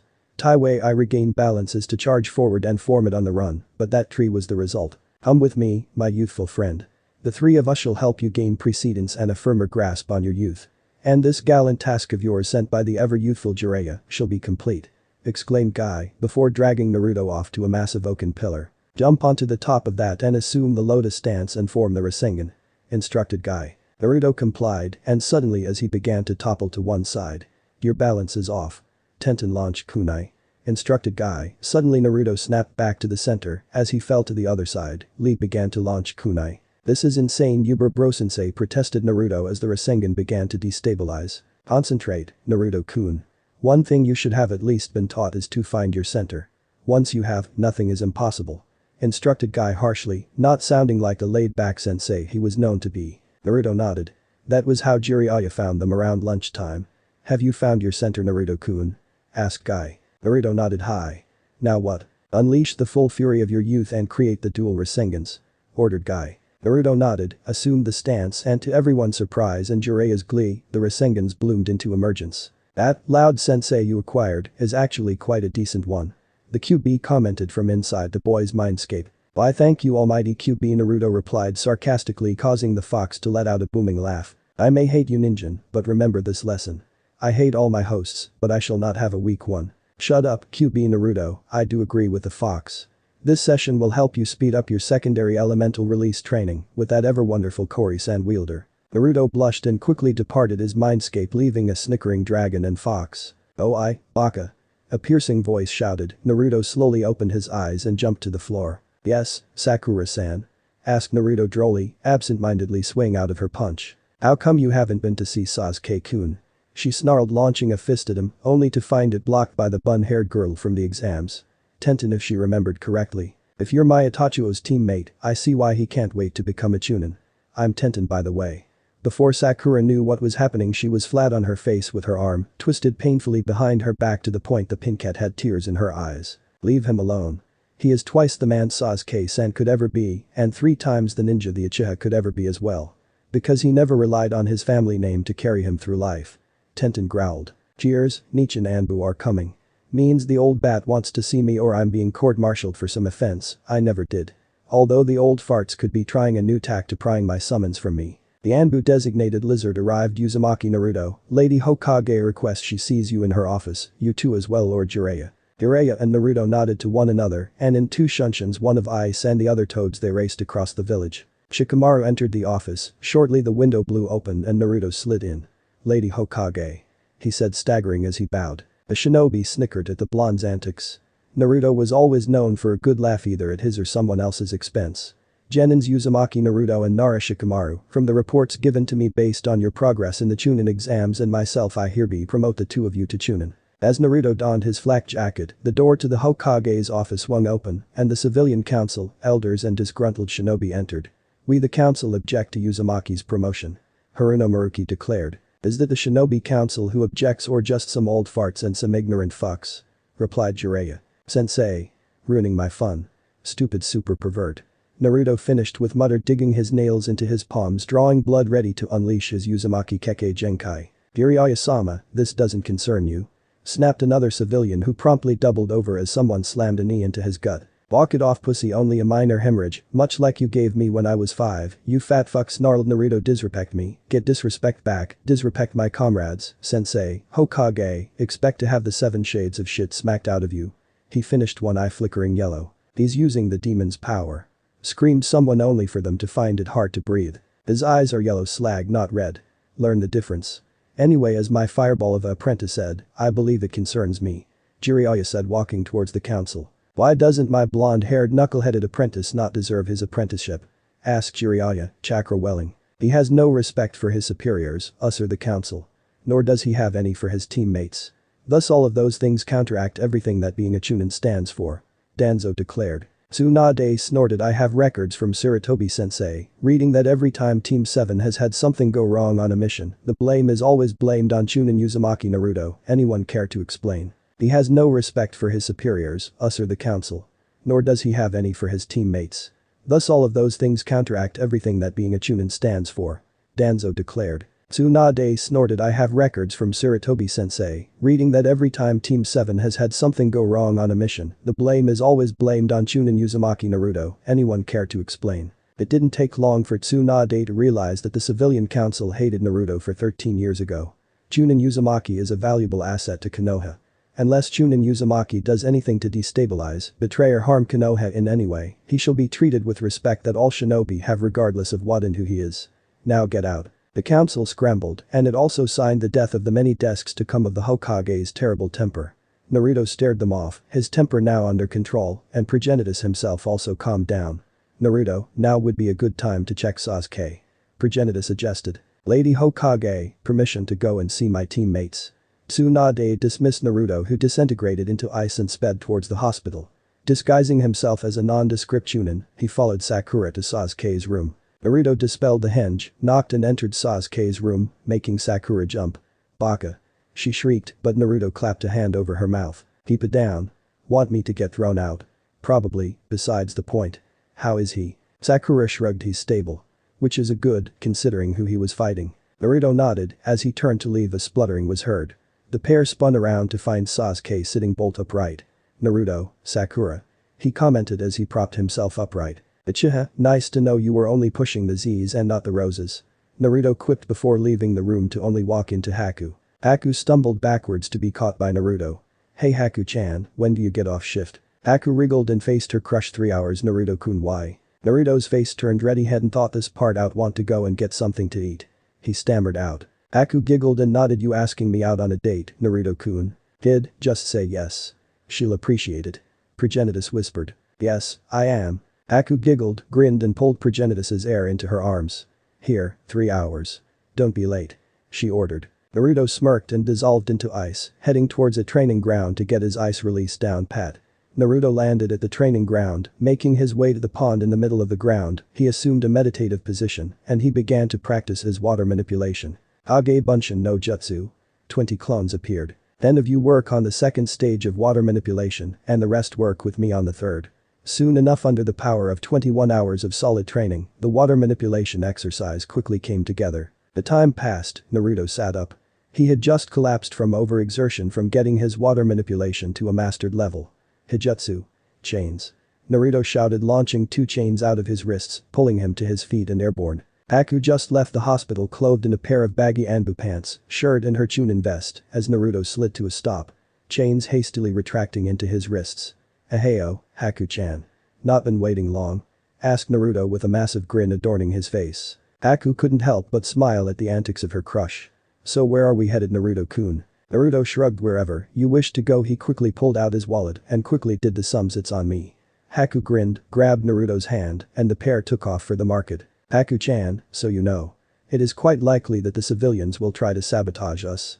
Due them hating me for circumstances when I was born. Naruto said as they moved around civilians and genin. Oh well, as long as we can spend time together I don't mind. Replied Haku. Soon enough the pair passed a fruit stand selling nashi and mikan, which Haku adored. Due to her upbringing in the coldest part of water country bordering blizzard country, her family saved these fruits for special occasions. Naruto-kun, are those nashi and mikans? Asked Haku, quivering with excitement. The shopkeeper's eyes narrowed at Naruto. I don't serve. He was cut off by Kakashi, who just happened to be walking past. You won't serve one of the people who brought Tsunade-sama back? He asked innocently with an underlying hint of steel. No, my apologies, how can I serve? Haku grinned. Can I get half a dozen mikan and nashi please? The shopkeeper nodded. His hands flashed over the Mikan and Nashi, under Kakashi, Haku and Naruto's careful eyes. He was half tempted to play subtle poison on them, but thought better of it. He knew Kakashi's reputation of being one of the most lethal shinobi in the village, and that the Uzumaki brat was astonishingly fast. 20 Ryo. Naruto's eyes widened and he quickly handed over the money. They ended up outside a cozy little tea house that appeared to have just opened up. Naruto and Haku over their tea were giggling over some of the blonde's antics. Haku almost spat tea onto Naruto when he informed her of his painting of the Hokage monument. "You're terrible. Hopefully you'll now calm down," she said. Soon enough the pair made their way towards the outskirts of Konoha and towards the training grounds. The pair walked onto the lake of training ground 16 when the unspoken words started them off in combat. Hyutin, Futen and Suiten jutsu only. Haku ordered and Naruto smirked. Soon enough the pair began scrolling through hand signs at Chunin and Jonin pace. "Wind style. Striking dragon," yelled Naruto, making a cupping motion with his wrists connected and sharply spinning them. A massive wind-shaped dragon rushed out, the dragon snarled and lashed out with its talons launching a storm of blades at the ice user. Water style. Surging dragon. A dragon of a similar size rushed out of the lake, the dragons crashed in a shower of raindrops. Naruto concentrated hard and his hands began to form an unusual set of seals black eye style. Sub-Zero dragon. The water droplets quickly froze and turned black as the dragon was formed, spun around Naruto and shot towards the ice user whose eyes widened. "Child, your skill with ice shall always be better than his. Split that dragon," Kori called. Haku's experience and skill definitely showed as she concentrated on the water which erupted into her hand, then a small gust of wind whistled through solidifying the water into a blade. Naruto's eyes widened, his jaw dropped as the girl effortlessly cut his dragon in half. Naruto jumped backwards Futen. Dragon palm. The area effect wind technique only just deterred the girl slightly. Haku smirked and slid beneath the lowest claw. She vanished in a shunshin. The next thing Naruto knew, he was face down on the water. His balls and kidneys aching. Haku had apparently driven her knee into his testicles to bring Naruto to her height and the kidney kick to end it. "Cut your jugular. I win Naruto-kun." Naruto surrendered. Haku giggled and let him up. "How did I do with Hyutin?" he asked bluntly. Haku nodded. "Pretty good, just remember to use water a bit more than wind. That's why it was black ice instead of a bluish-white like mine." Naruto nodded and to see if Haku was right began to summon water and wind chakra again. "Ice style. Sub-Zero dragon," Naruto declared, and true to Haku's words, a crystalline blue dragon erupted from the water instead of the black. Naruto dropped to one knee as sweat began to trickle down his head. "Naruto-kun. Are you okay?" asked Haku frantically. Fine, never experienced chakra exhaustion before," panted Naruto, his chakra reserves rapidly filling. The pair made their way back towards the village when they were stopped by Sasuke. He looked them over and his eyes turned Sharingan red to Tomo spiraling madly. "I want to fight you right here and now, dope. See who's stronger." Naruto sighed here. Sasuke nodded. "Are you crazy? Here constitutes as assault on a superior," stated Naruto. "Superior? Don't make me laugh," scoffed Sasuke as an Anbu appeared next to Naruto. "Uzumaki-san, Tsunade-sama meant to give you this earlier. Your Chunin flak vest." Naruto took the vest and mimicked Kakashi's two-fingered salute, causing a snort from the Anbu who promptly vanished. Sakura, who had been observing the altercation, gulped. Naruto snorted at Sasuke's face to the training ground. Sasuke and Sakura headed towards the training ground at a quick pace for a Genin low Chunin. What infuriated the pair of them was the fact that Haku and Naruto materialized in front of them when they were certain the two were behind them. "Ready, Naruto-sama," drawled Sasuke, activating his Sharingan intent on copying some of Naruto's techniques. Naruto settled into his stance of the water dragon. "Haku, get Kakashi under Jiraiya. As I suspect this is going to get unpleasant very quickly." Haku vanished in a swirl of ice off to the Jonin lounge. The moment Haku left, Sasuke launched himself at the blonde with a left-right punch combo into a head-height reverse heel kick. Naruto's eyes widened marginally, not because of the power, but just how fast the last Uchiha had launched himself at him. Naruto slid back once, twice and twisted over the Uchiha. Sasuke found himself facing no one. As he spun around he found himself lying backwards as Naruto's kick caught him square in the chest. Sasuke grunted and dispatched several shuriken at amazing speeds at Naruto. "Futen. Dragon breakthrough," exclaimed Naruto, forming the snake seal and exhaling a pair of dragons that combusted into waves of buffeting winds, launching the Uchiha backwards. "Fire style. Fireball jutsu." The traditional fireball was exhaled at speed from Sasuke's mouth. Naruto rolled to the side as it passed overhead. "The more you fight, the more likely that the brat is going to use that lightning technique again." The QB stated, despite being quiet and slightly more useful than before, Naruto and it along with progenitus had began to coexist, meaning Naruto's chakra control was more refined and the reduction of hand seals had increased. QB had also retrieved a marginally slacker seal, this mean QB could funnel up to one tail's worth of chakra into Naruto at a moment's notice, albeit reluctantly. Progenitus had made it quite clear that Naruto had a time and a place to use the yokai in his body, but not just yet. Sasuke had by now clattered off Naruto's forearm after the blonde had heaved the boy airborne after getting under a flip kick that could have shattered the new Chunin's jaw. Sasuke whilst in midair began to flipping through hand seals at a lightning fast pace. At this point in time Haku had just arrived with Kakashi and Jiraiya. Haku had explained the whole premise of the spar, so the group had moved quickly. Apparently they had made it just in time. Sasuke had hit the ground like a cat as his right hand ignited into a chidori. Uchiha. Stand down. Ordered Naruto, hands blurring into what Kakashi saw as a lightning release. Chidori. Screamed Sasuke. Lightning style. Flash fried dragon. A small white dragon launched itself out of Naruto's mouth and connected visibly with the glowing chidori. The lightning palm brightened, intensified before the technique dispersed. Elemental channeling is a skill all Chunin and some genin know. It meant you studied the elements and learned how to divert them without causing yourself too much damage. However, some shinobi like Kakashi, Jiraiya and the late Uchiha Fugaku and Sarutobi could divert entire jutsu. Though the former could deflect any kaiten jutsu short of the Zukaku. Hence why Fugaku had been known as Konoha no Hai no Ryashu or Konoha's Fire Lord. The latter was known to deflect on average B-rank jutsu, but then again it wasn't as secret as the man had been known as the Professor. For the record, Kakashi was known alongside his other aliases as the Konoha no Hirashin. Jiraiya was known as Konoha no Karetamika or the Crater Maker. It was rumored he could deflect Yoten attacks fired by Rashi, one of the most active jinchuriki during the Third Shinobi War. Sasuke however wasn't versed at all in the art. The two electrical attacks connected Sasuke's chidori was negatively charged based on his mind settled on power and revenge. Naruto's attack was positively charged and the result was shocking. Sasuke's limbs locked together and his hair shot backwards, making his hair resemble more of a duck's ass than normal.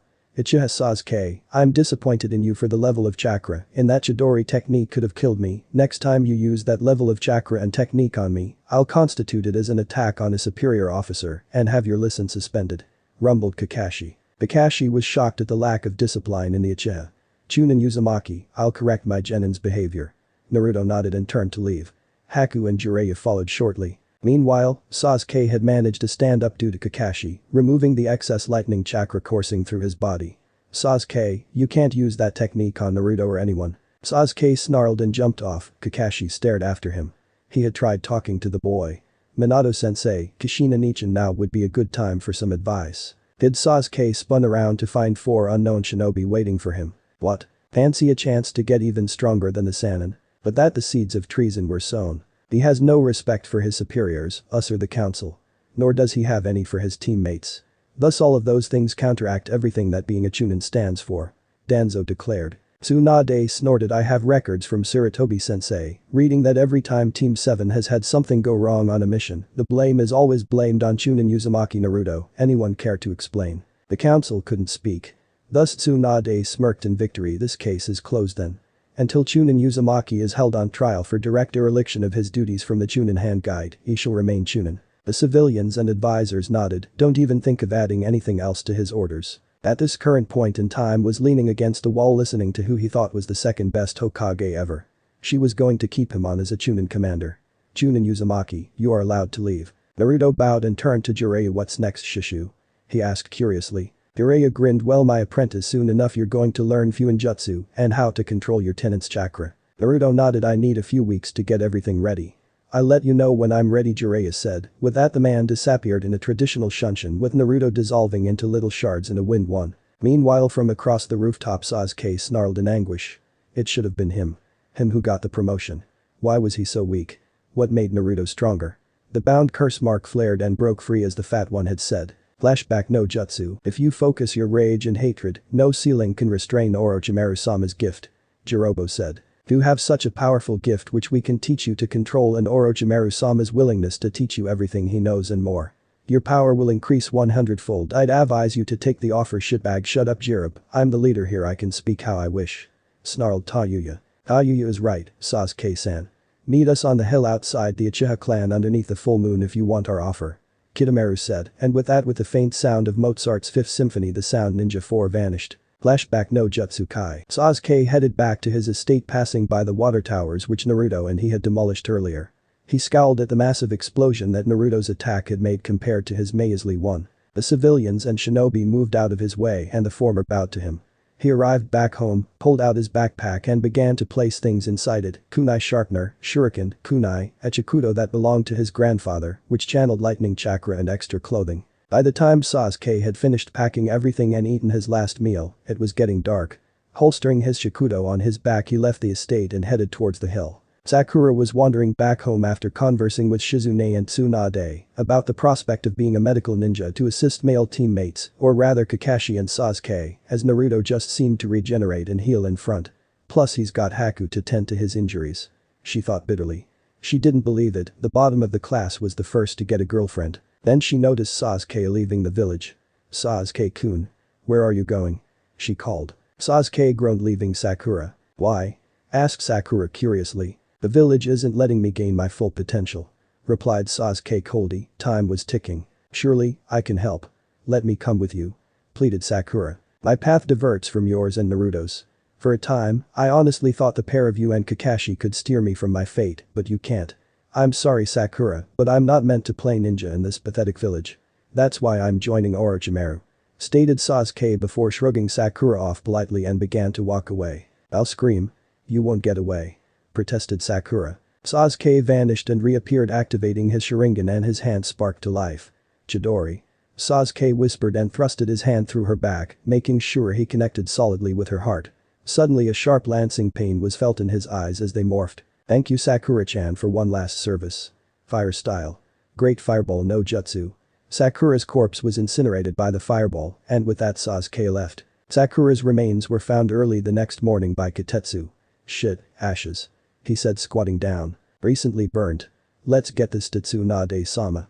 Izuma muttered, scooping all the ashes into a bag. It was within minutes Tsunade had diagnosed the ashes. They are of one Haruno Sakura, get me hot Aki Kakashi, Uzumaki Naruto and Uchiha Sasuke. Naruto, Haku and Kakashi were in the office before anyone could blink. Haku-chan stays. I'd tell her anyway Bachan. Stated Naruto. Uchiha Sasuke has left the village according to an Anbu patrol squad.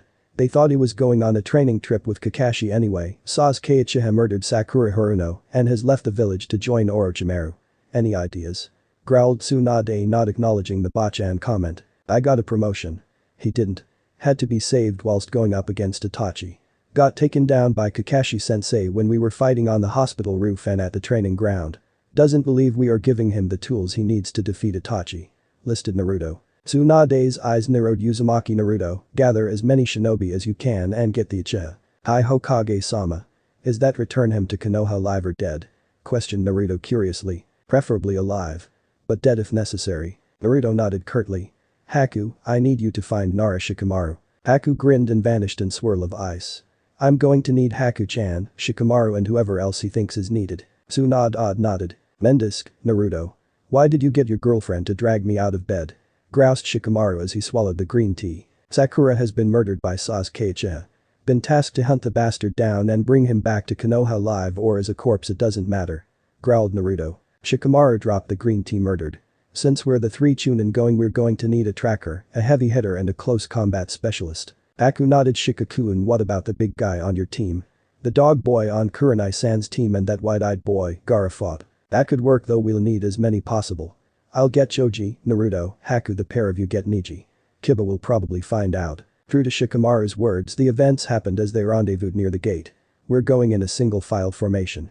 Neji, myself, Naruto, Haku, Kiba and Choji targets are potentially Jonin level, so we are playing it with a set of one of us to one of them. Shikamaru explained. I'm commanding this operation and should anything untoward happen to me, Shikamaru is second, followed by Haku and then Neji. Should anything happen to Shikamaru, get yourselves out. Unless you have a shot on the Uchiha. Growled Naruto. Kid, do you remember the ancient clans of the Yin, Yang and Yin Yang release? They are going to participate in your training. Progenitus growled. I remember, plus the Yami clan have given me the basics of Yang and release, so I can utilize Tempest and Hurricane releases. Progenitus nodded. He had been observing his charge's progress.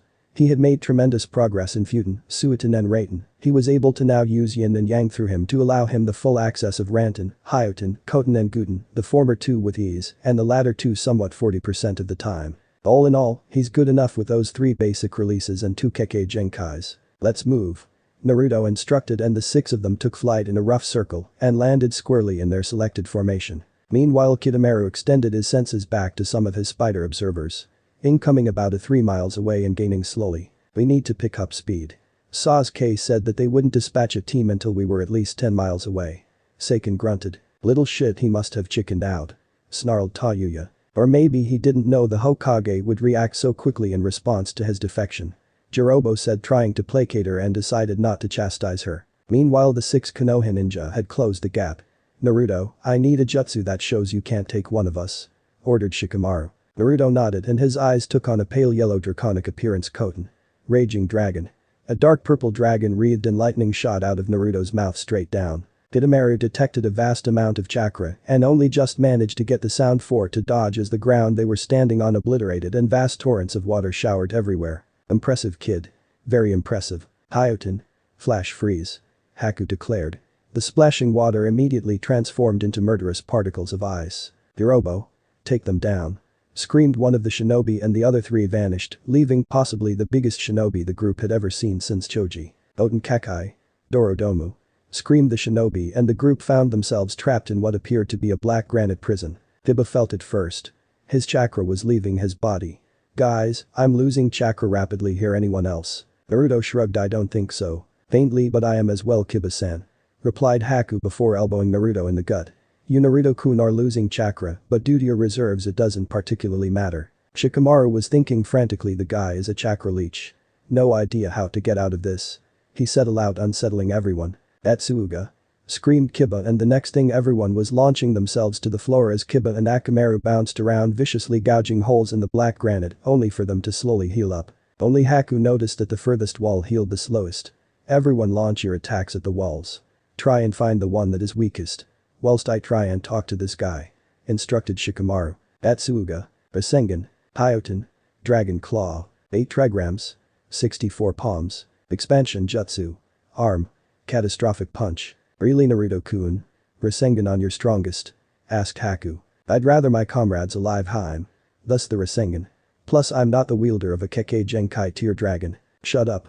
Snapped Shikamaru. Outside the mound Jirobo smirked. It appeared the Chunin and 2 false Chunin were fighting amongst each other, and it appeared the Genin had now succumbed to chakra exhaustion. South face.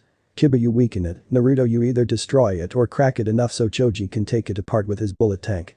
Whispered Shikamaru. The 3 grinned. One was wolfish, another feral and the other one of determination. Atsuga. Screamed Kiba as he and Akamaru bounced their way around the south face of the prison. Get out the way, Kiba. Ranten. Dragon Storm. Several miniature dragons shout out of the blonde dragon summoner's fingertips, ripping holes into the side of the prison. Sunlight was creeping in, they were nearly out. Naruto. Move. Ninpo. Bullet tank. I see you got out my little meal ticket, but too bad you won't get past me.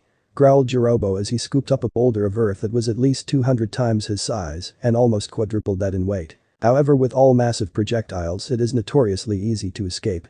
Such as now, because as the boulder went soaring through the sky, Jirobo noticed his meal ticket had disappeared. He grinned sadistically. What they didn't know was that the moment he tasted their delicious chakra, he was an effective tracker as an Inuzuka. I found you my lovely meal ticket. He growled as he appeared over the bush the shinobi were hiding behind. Aiju Ukage Bunshin no Jutsu.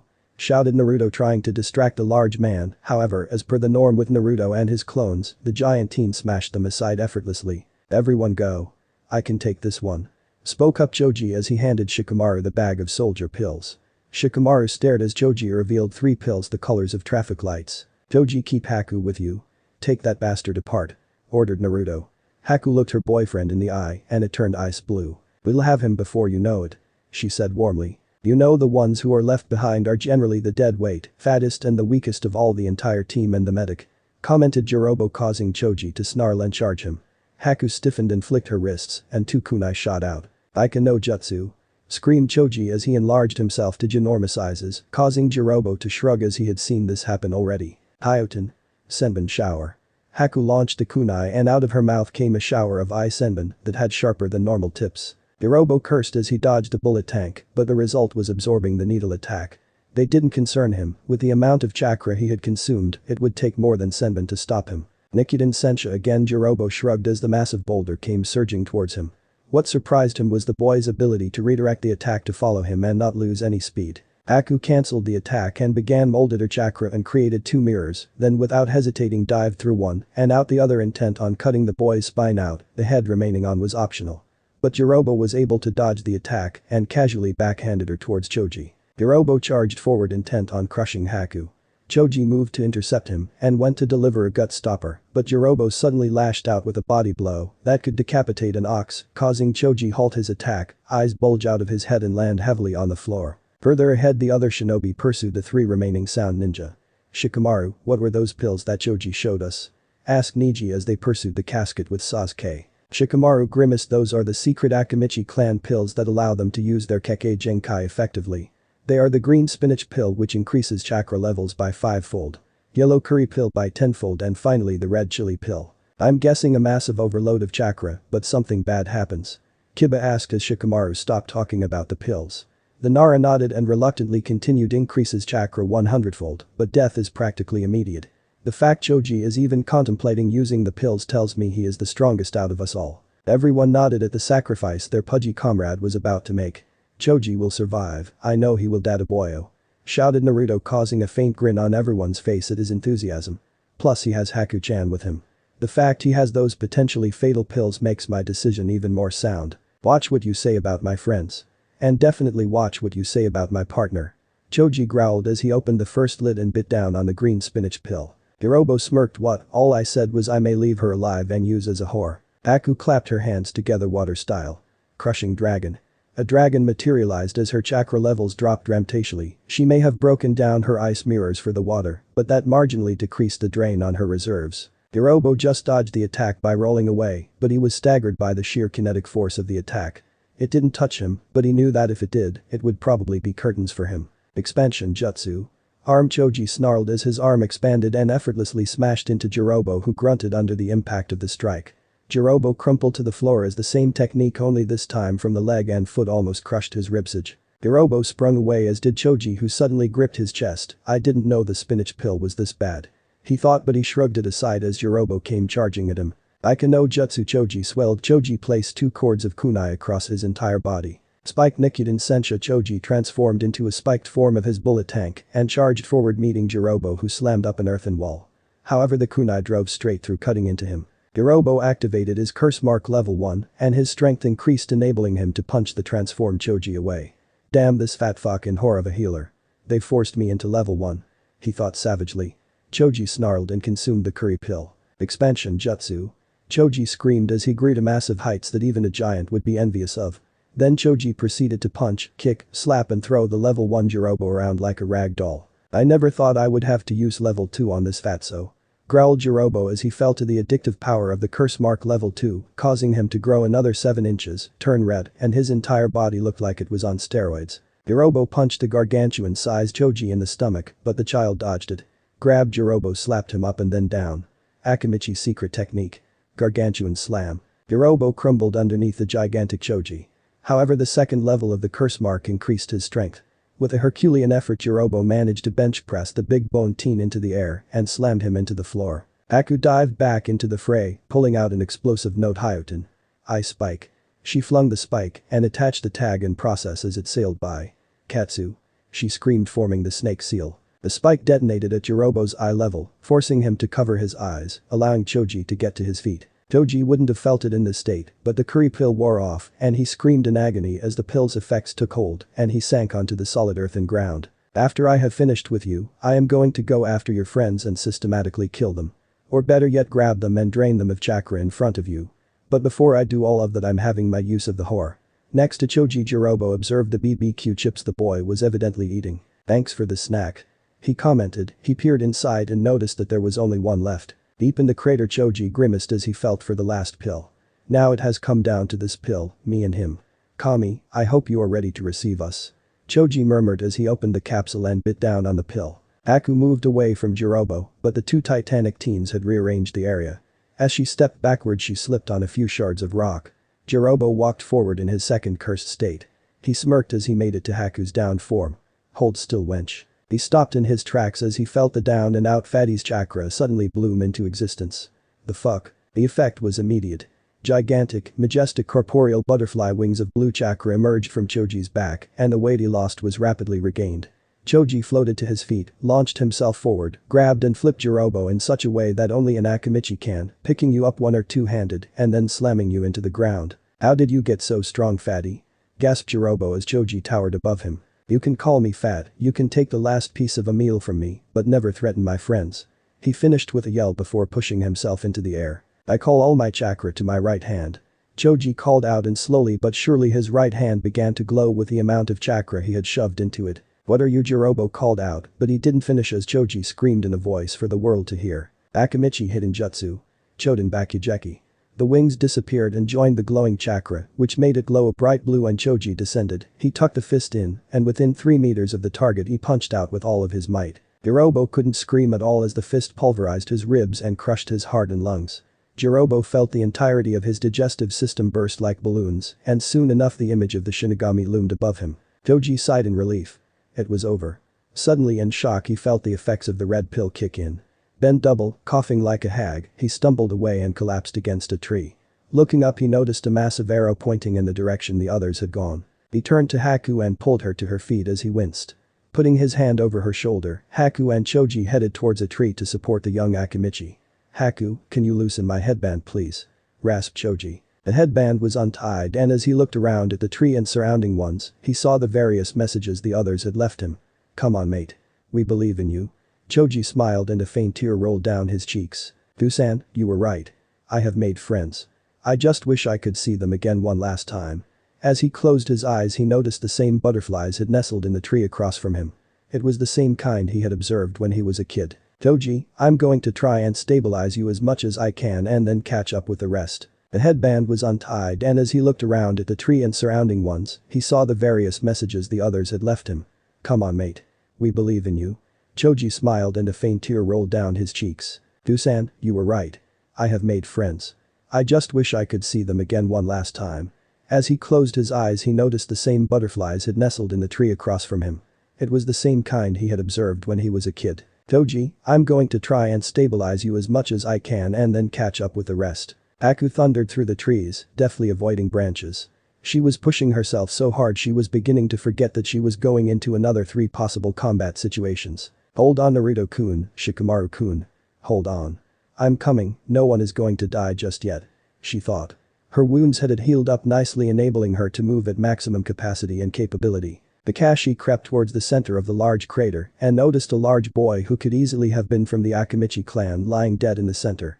All evidence indicates that Choji performed this severe chakra depletion. He should be nearby. He thought. He had been dispatched the moment he got back from his S-rank mission and saw Genma and Raito in the hospital. True to his luck lying against a tree and barely breathing, skinnier than he was when he had been starved was Choji. Choji, stay with me kiddo. He shouted making his way over to him reaching into his pocket of Jonin vest and fished out bandages and blood pills. How is this kid still alive? Broken ribs, fractured femur, broken tib and fib. He thought as the Jonin first aid skills he had learned diagnosed the painful condition of the kind-hearted boy in front of him. All Jonin knew a few healing jutsu, but it was the Kunoichi who perfected them, although Kakashi had done a good job with his smaller than normal Jonin reserves. Now that Shizune and Tsunade-sama were back, the crippled shinobi who were still in their prime could be re-enlisted.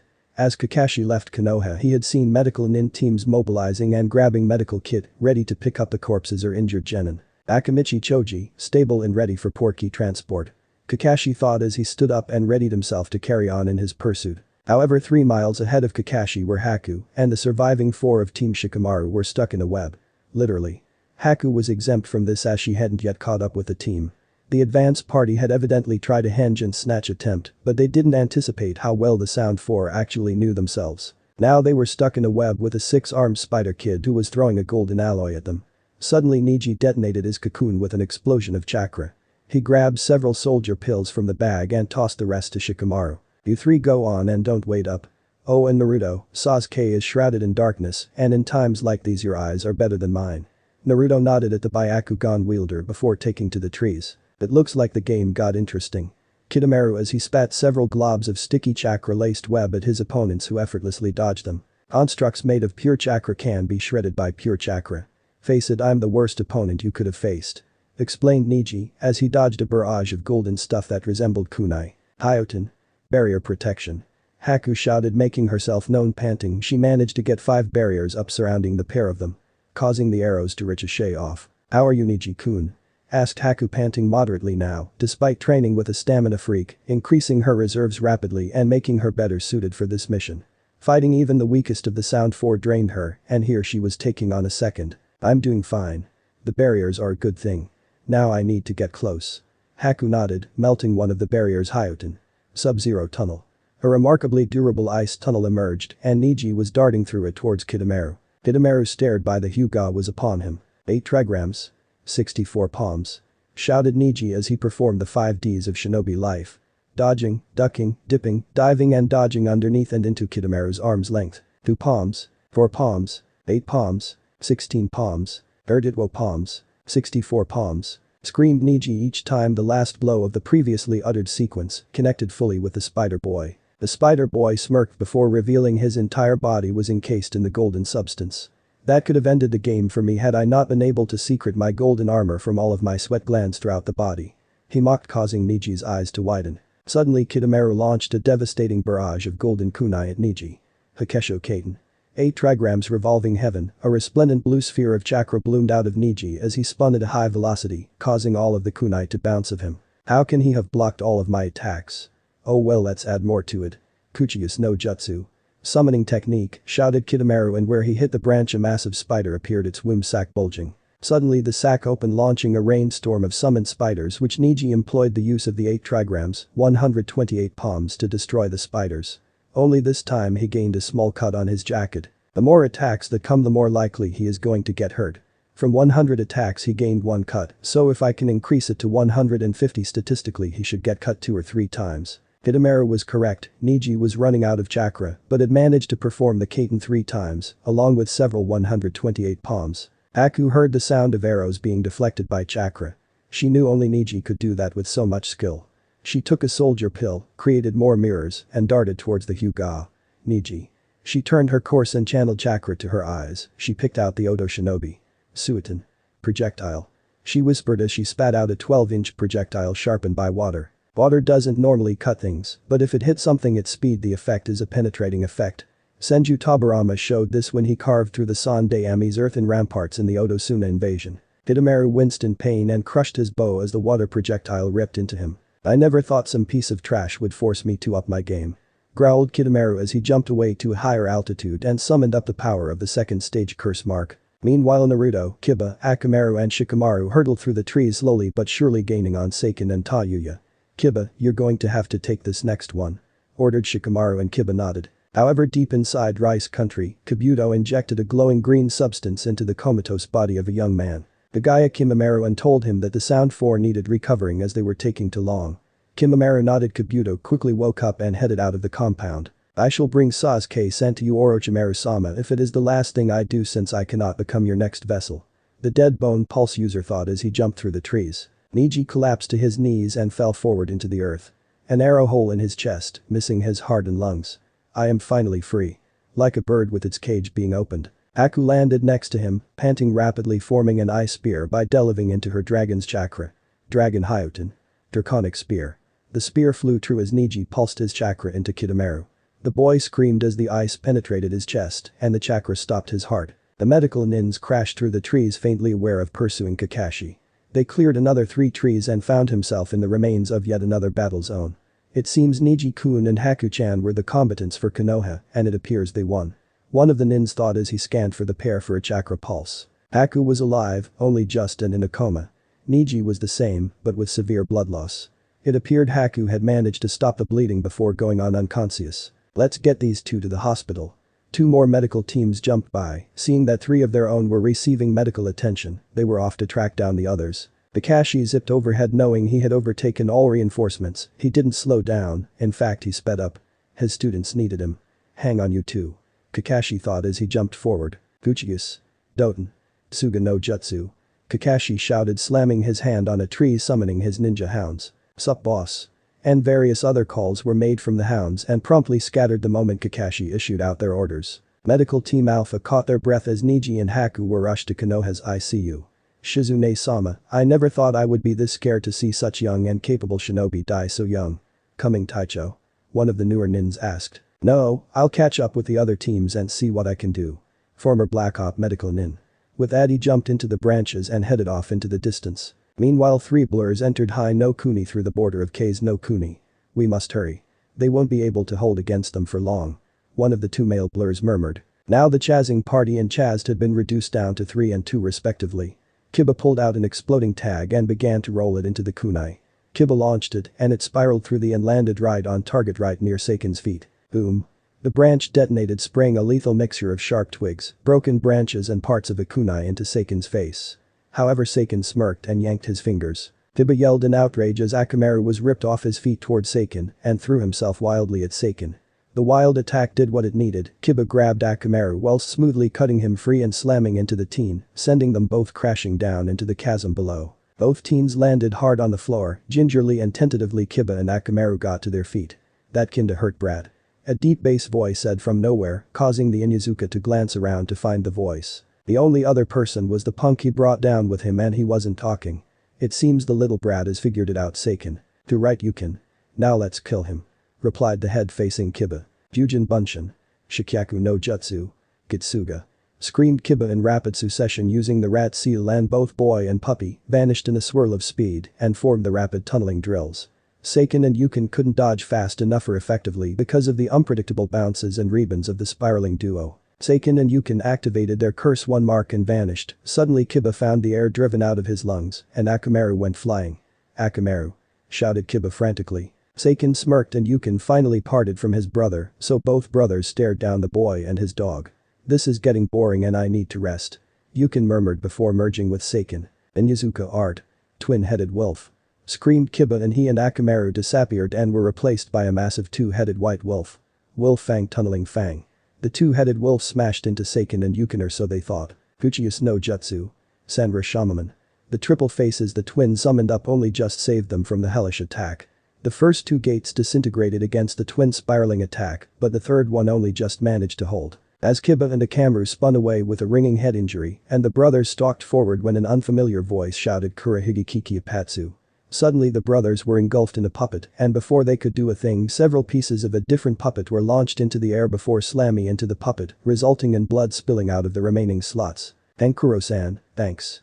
Kiba murmured before passing out. Meanwhile Naruto had now been separated from Shikamaru and was now facing a pale man who just happened to be wielding his forearm bone like a sword. Great, this sucks.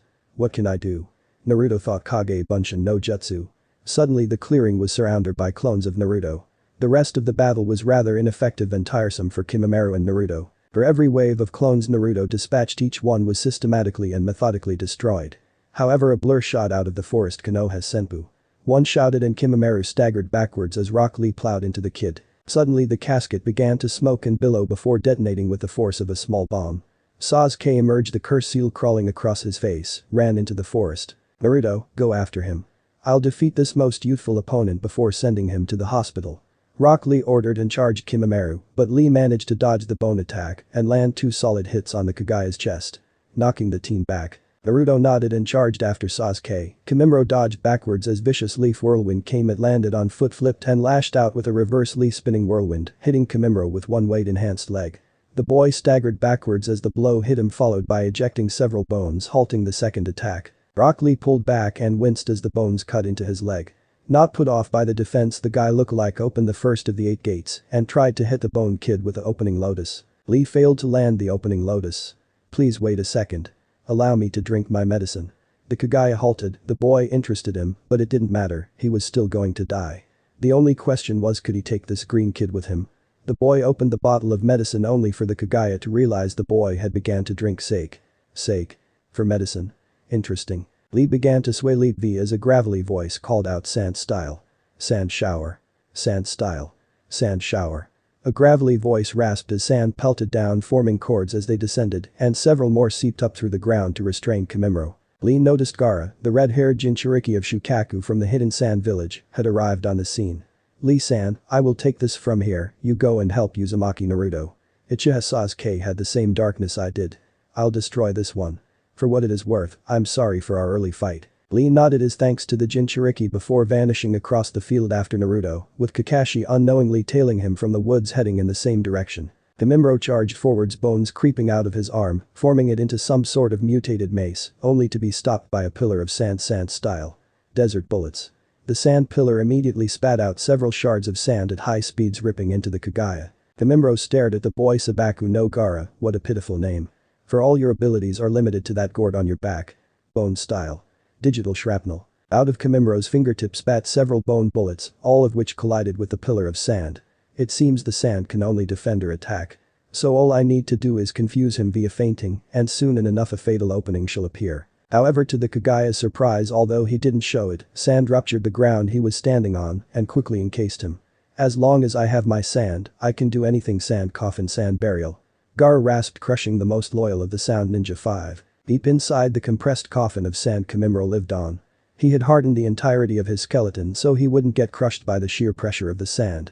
Activating his level 1 curse mark, he punched his way out of the sand, ripping off layers of skin and muscle, revealing part of his jaw and ribs. If it wasn't for my Kekkei Genkai, I would be dead. Growled Kimimaro as he forced his way out of the sand, only for Gaara to scroll through a set of hand signs almost a jonin pace. Sand tsunami. Ginormous waves of sand ripped out the ground and, like the tsunamis of the ocean, towered above Kimimaro and came crashing down upon him. Kimimaro dodged and flipped away, trying to gain some space, but the momentum was too much. Suddenly a thin blanket of sand shot underneath Kimimaro's feet, with one hand sealed Gaara intoned sand art. Anaclosmos.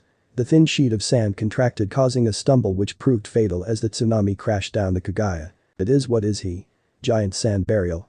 Gaara growled after frowning heavily at the fact Kimimaro hadn't died yet. Yet again Kimimaro demonstrated his endurance and unwillingness to die as he wrenched himself free of the sand, only this time he looked like a mutant dinosaur. Meanwhile, Naruto had caught up with Sasuke. He screamed as he jumped through the air and landed on Madara's statue just behind the deserting Uchiha. "Go away, Naruto. My time playing ninja with you shinobi of the leaf is over," replied Sasuke coldly, the curse mark running cleanly over his face, turning one of his eyes yellow. Filled with rage, Naruto vanished and speared Sasuke into the ground. Sasuke smirked and gripped Naruto around the throat, then he got to his feet whilst applying continuous pressure until he launched a punch of such force it forced Naruto to splutter blood before he was unceremoniously dropped off the edge of Madara's statue's head. Naruto burst free of the water and charged up the cliff face to engage Sasuke in hand-to-hand combat. Naruto suddenly multiplied into thousands of him due to his subsequent silent mastery of the Kage Bunshin Jutsu. Sasuke smirked and his hands blurred through a quick series of hand signs which were surprisingly at jonin speed. But then again, it was a fire jutsu which the Uchiha clan were renowned for. Kaiten. Rika no Jutsu. The great jet of fire rushed at the Naruto swarm, incinerating scores of them. Realizing just how many clones Naruto had employed, Sasuke quickly activated his Sharingan and dodged, ducked, dipped, dived and redirected Naruto's clones into one another. However, as the last clone hit the other, Naruto launched a reverse spinning heel kick to the base of Sasuke's neck, sending him to the floor.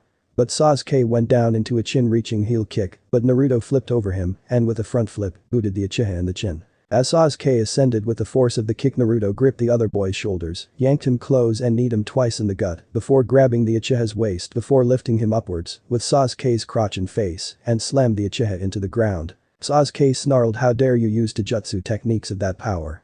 Give them to me." Sasuke's hands blurred through more hand signs, but in his haste, forgot Naruto had observed him use this technique. Kraten. Charging Dragon. Sasuke had evidently trained this technique, whereas before the dragon could only go in a straight line for a short period of time, this time it was moving fast enough to form a mirage. Naruto smirked as his hands formed the hand seals for the Kaiten. Ryuka no Jutsu, he actually shouted Futen. Furioden no Jutsu. The wind dragon surged out in gale force winds, effortlessly shredding the high-speed lightning dragon. But Sasuke vanished in a shunshin and buried a kunai in the boy's gut. So ends the dope. Struck down by his better as it was always meant to happen. Sang Sasuke, obviously drunk on the power of the curse mark. Naruto rolled over slowly, blood trickling out of his gut as he slowly fumbled through a set of hand signs, and he weakly murmured Futen. Kazekiri no Jutsu. The invisible blade of wind surged out of Naruto's fingertips towards Sasuke's ankles. The Uchiha jumped and gave Naruto enough time to roll off the cliff and into the water below. "I don't think so," Sasuke shouted as he dived after the falling Naruto, managing to catch up with the falling blonde and pillar drove Naruto into the water, relishing the crack and snap of the blonde's neck. However, the relishment was short-lived. As Naruto broke the surface of the river, something happened. A bump. It happened slowly at first, but soon enough it became loud and tangible enough for it to chill Sasuke to his core. Naruto's heart had began to beat. Suddenly, dilutely at first, but soon enough a visible and tangible crimson aura encased Naruto's corpse. As if by magic, the limp corpse was levitated into the air. With one deafening thump, Naruto's chest was flung out in front of him. A second thump hurled Naruto's arms out and his legs snapped together, making it look like he was being crucified horizontally. The third sounded rather quiet due to Sasuke's ears ringing, and he could only watch in amazement and horror as Naruto's body began to hover vertically in front of him. The fourth, fifth and sixth thuds unsnapped and cracked the boy's spine and neck, whilst the sixth opened his eyes, revealing red fox-like pupils, and the whiskers on Naruto's cheeks quickly became more defined. Naruto descended, his eyes turned blue and fox-like, and he vanished. Sasuke didn't have a chance when Naruto slammed into him with an elbow charge. Sasuke groaned, flipped backwards, and managed to block Naruto's next attack. Sasuke caught his reflection briefly in the water to notice that his Sharingan had finally fully matured. Now the scores were level. Naruto had his awakened jinchuriki cloak and Sasuke with his fully developed Sharingan. The boy's strike sounded like thunder and looked like lightning. Div up dope. Sasuke grunted as Naruto had clouded him across the back of the head with a chakra arm. Div up on me, giving up, team, just come home. Panted Naruto, the cloak dissipating, and he collapsed to one knee. Never. Growled Sasuke as he took on more chakra from the curse mark and transformed himself into a humanoid bat-like creature. Naruto gave a wordless snarl and the formidable crimson chakra emerged and this time took on a more fox-like appearance with one tail. Jinchuriki. Snarled Sasuke, funneling chakra into his hand, creating a black Chidori. Naruto rushed towards the demonic Sasuke and a purple Rasengan appeared in his hand. Rasengan. Chidori. Konoha Senpu. The two assassination jutsu and brute force jutsu were screamed out and reverberated around the valley as Rock Lee dived headfirst into the conflict, knocking Sasuke's Chidori off Naruto's heart and into the lung, whilst driving Naruto's Rasengan off Sasuke's headband and left cheek, horribly scarring it. The pure lightning and shape manipulation attacks, the pinnacles of jutsu creation, collided together in a spheres of black and purple chakra, which ballooned and pushed against each other. With a deafening bang and roar, the sphere of chakra collapsed against each other, emitting a shockwave, destroying everything in the valley, save for the two statues and the three humans. Sasuke was the first to stir, so he thought. Gingerly sending chakra through his body and detecting nothing was broken, he pushed himself to his feet. Only to suddenly find his hands and legs bound by thick iron cords. Going somewhere, Sasuke? Thought you could abandon comrades and friends for power. A voice snarled and Sasuke gulped as he saw Rock Lee standing over him. Sasuke also noted the bone sticking out of Elder Genin's shin. Yes, this village has been holding me back. I'm weaker than the dope. I need the power to kill Itachi. Protested Sasuke, but the words seemed weak and insignificant. The only limitations on your power is yourself. The village gave you everything you wanted, though that's mainly the clan's fault. Anyhow, you have no choice. I'm not going to release you because I can't hope to match you in this state. You are going to wait here for me to bandage my leg up, wait for reinforcements, and we are taking you back to the village for court-martial. Lee was going to bring up the fact that Naruto needed healing, but he saw the infamous Kakashi arrive and begin patching the boy up.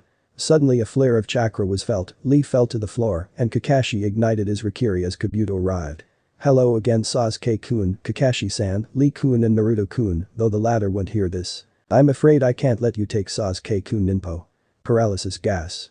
Kabuto exhaled a vomit green gas from his stomach, snatched Sasuke and vanished in a shunshin, forcing Kakashi to grab Lee and jump back. Back in Konoha, Shizune was kneeling over a hovering Niji with several medical nins and a healing jutsu. As each nin drained their chakra, they swapped out and another took his place. We must remove the arrowhead from the wound and use something of his genetic structure to seal the wound. Shizune ordered. Come on, Naruto-kun, be careful please. She begged. Niji-kun, please survive, I need to tell you something. Tenten thought as she sat outside the waiting room. Meanwhile, outside, another ward, Ino, Inoichi, Chaozu, Shikaku and Shikamaru.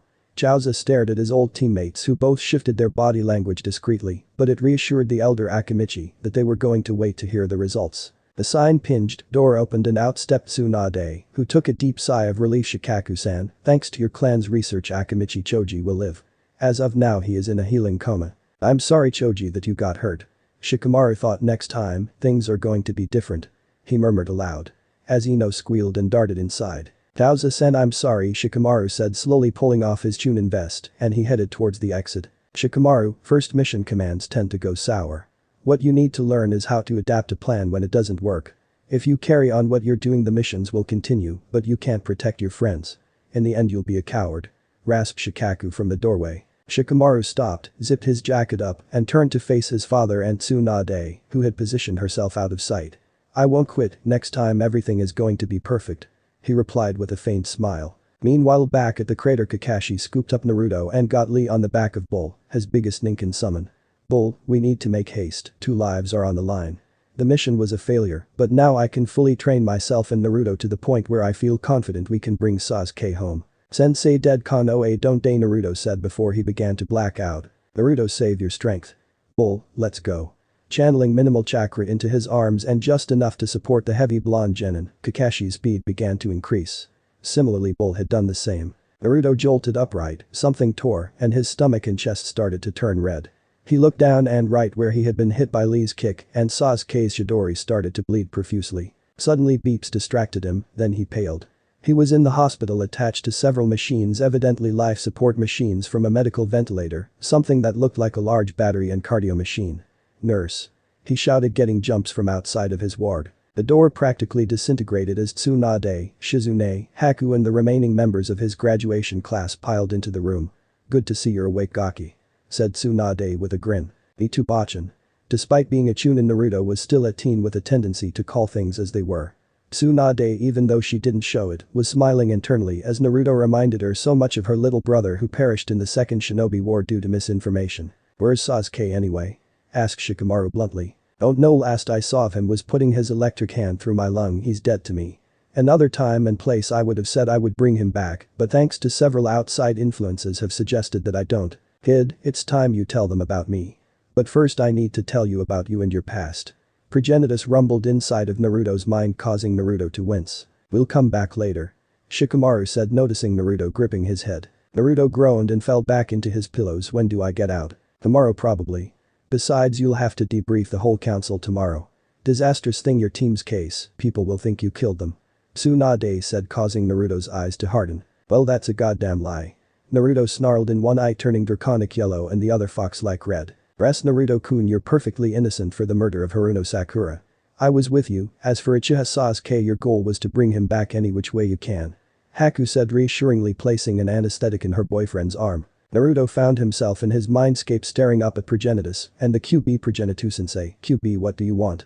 Generally I know what sensei wants but not you both. Brad it's time for you to know your heritage. Growled Progenitus generating the intent that first brought Naruto into compliance. The dragons are an ancient race that have been able to use chakra to our wishes for some time. Until a millennia ago we existed as separate clans until we were hunted. Then they came, a group 30 yellow-haired men, tall, slender and thin. They fought like lions and struck like lightning bolts. They destroyed our attackers and tried to save us. When asked why they said no one had a choice over who lived and who didn't. They told us they were the Namikaze clan. We brokered a treaty, we would become the Namikaze personal contract summoners providing they were worthy. Generally multiple summoners were occurrent over singular tiered dragons, but they would bow to a double summon tier much like the one you call Mokuten no Senju Hashirama. Then above them are the triple release dragons, the most known are the Jinten no Ryu. Then the only ones above them are the 5-tier dragons and the Yin, Yang and Yin Yang dragons. Your father was a Namikaze. Naruto stated at the dragon my father was a Namikaze. What was his name? Can you not guess? Namikaze Minato, if you didn't. Naruto was in shock you knew my father was Namikaze Minato and you never told me. Why? Progenitus snarled in at last Namikaze's impertinence. How long would you have survived if you had known the truth? Your father had enemies. Especially with the Jinten no Ryu. Yes they would have obeyed you had you summoned them but they belong with the dust users of Iwagakure. Thankfully we have never seen them worthy to summon us. Anyways, the Namikaze those noble bastards that they are decline our proposal, they said they'd only take the offer if we decided who was worthy.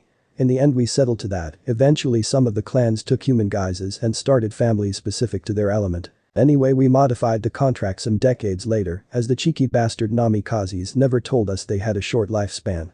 We modified it to should any Namikaze live, they are the masters of the human summoners. No matter if the summoner is of the Jinten no Ryu, they still obey the Namikaze. You Namikaze Naruto are the last Namikaze and Dragon Sage. Naruto stared and bowed thank you for enlightening me, sensei. I shall strive to do you proud. You already have young Namikaze. Now the QB wishes to speak with you. Kid, you have done with very little of my power. But soon you're going to need it. Now beggin'. Morning dawned whilst it was still dark by several Anbu kicking his hospital door down. Chunin Uzumaki, the council is expecting you. Look, we all know that you lot hate me, and the council hates me. Can we just wait for a few more hours before all of this mutual hatred has to come down on my head? The Anbu snorted. Contrary to the Uzumaki's belief, the Anbu found him brilliant.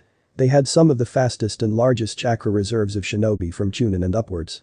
It was rumored that the Sandaime was trying to push for making capture Naruto an Anbu qualification. We don't hate you, we don't like what you contain, but you as a person. We respect you, perhaps a bit too hard on the eyes with the orange. Let's keep this between us, shall we? None of us want to particularly lose our heads. Naruto nodded. You have my word, let's get this over with. The Anbu led Naruto through the hospital and swiftly to the council chambers. In order to confuse everyone and hopefully piss off the civilian council and the elders, he entered the room. Disgusting morning, Shinobi-san. I suppose, can anyone tell me either what I've done, framed to have done, or even supposed to have done? Oh, and what my charges are? What about us? Demanded some fat counselor that Naruto thought was part of the merchant guild, an unfortunate pain in the ass in his own opinion. Naruto decided to pull a Kakashi. You say something? Inzuku Katsume snorted, one of Kakashi's students. I'm Inyazu Katsume, by the way. Hiba's mother. And not I see where he gets his personality from, and his sister gets the looks. Tsume ended up looking slightly red in the face before glaring at the blonde. Something wrong with my personality? No, Inyazuka-san, it just doesn't suit Kiba. It makes him seem more like a boy than a man. Tsume started snorting in laughter. I suppose you have me there, pup. Kiba-chan's not the brightest in the box. Neither am I, but from where I'm standing, I have something that warranted me the vest, and not him could make Chunin in either the next 6 to 18 months anyways. We've kept the civvies waiting long enough, hang on. I can use them as my reason why I should be resting in hospital. Tsunade Basama and Haku-chan. He finished quickly, deciding to play it safe with the honorifics. Are you one of Hatake Kakashi's students? Questioned Udatin Kaharu. Correction, honorable elder, only student. Replied Naruto calmly. Explain. One's dead and the other is in Orochimaru's bed. The civilian council paled, and one livid pink-haired woman, Sakura's mother if Naruto remembered. My daughter is dead and Uchiha-sama is not gay, nor is he with Orochimaru. You made him run away. You disgusting brat. Let's see, Hag. One, I don't know Jinjutsu, which that definitely was. I know Kenjutsu, Fuinjutsu, which unfortunately that Hiki was. Your daughter died because your Uchiha-sama stabbed her in the back and incinerated the evidence. Despite him being the loyal Uchiha, he's still facing either life and or chakra restriction. Besides the point. He left to gain the power you didn't give him to stop his brother. Protested another civilian. Leaving the village without permission under free will becomes a missing nin. Consorting with village enemies also means you become a missing nin. When the Uchiha and I fought, he stated his words left to gain the power that is rightfully his.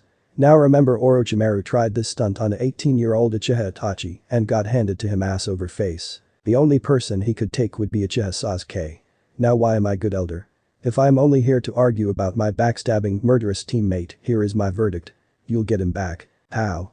Asked a civilian, smirking at the fact the Uzumaki wouldn't dare do anything to his teammate. However, the Shinobi Council were waiting with bated breath. If he said alive, his career would be lost, but anything else depended on what he said. In a box. Going underground. What do you mean? Asked another civilian when Midokado Himura spoke up. On the pale horse, his expiration date has come. Dead. You can't. Then the doors flew open. What is going on here? Why is Chunin Uzumaki not in hospital? Why is the council formed without my permission? Bellowed Tsunade. Lady Tsunade, I was pulled from my bed in the hospital by several Anbu who were posted at the council chambers. They told me the council wanted to see me. I obeyed, thinking they came from you, and now I've been having a discussion to shouting match with the unhelpful civilian council. Now that you're here, Lady Tsunade, perhaps we can get my mutual loathing opinion of the civilian council and their disposal of me under control, so I can find what the charges are and how I can save my career.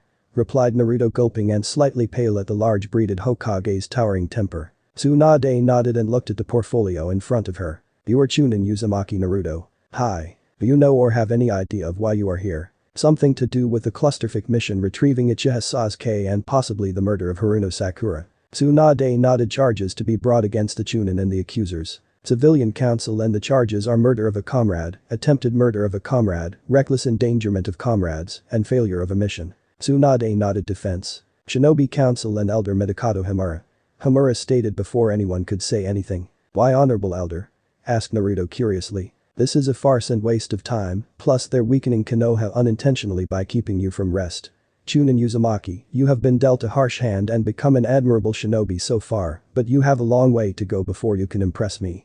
Let's get this over with.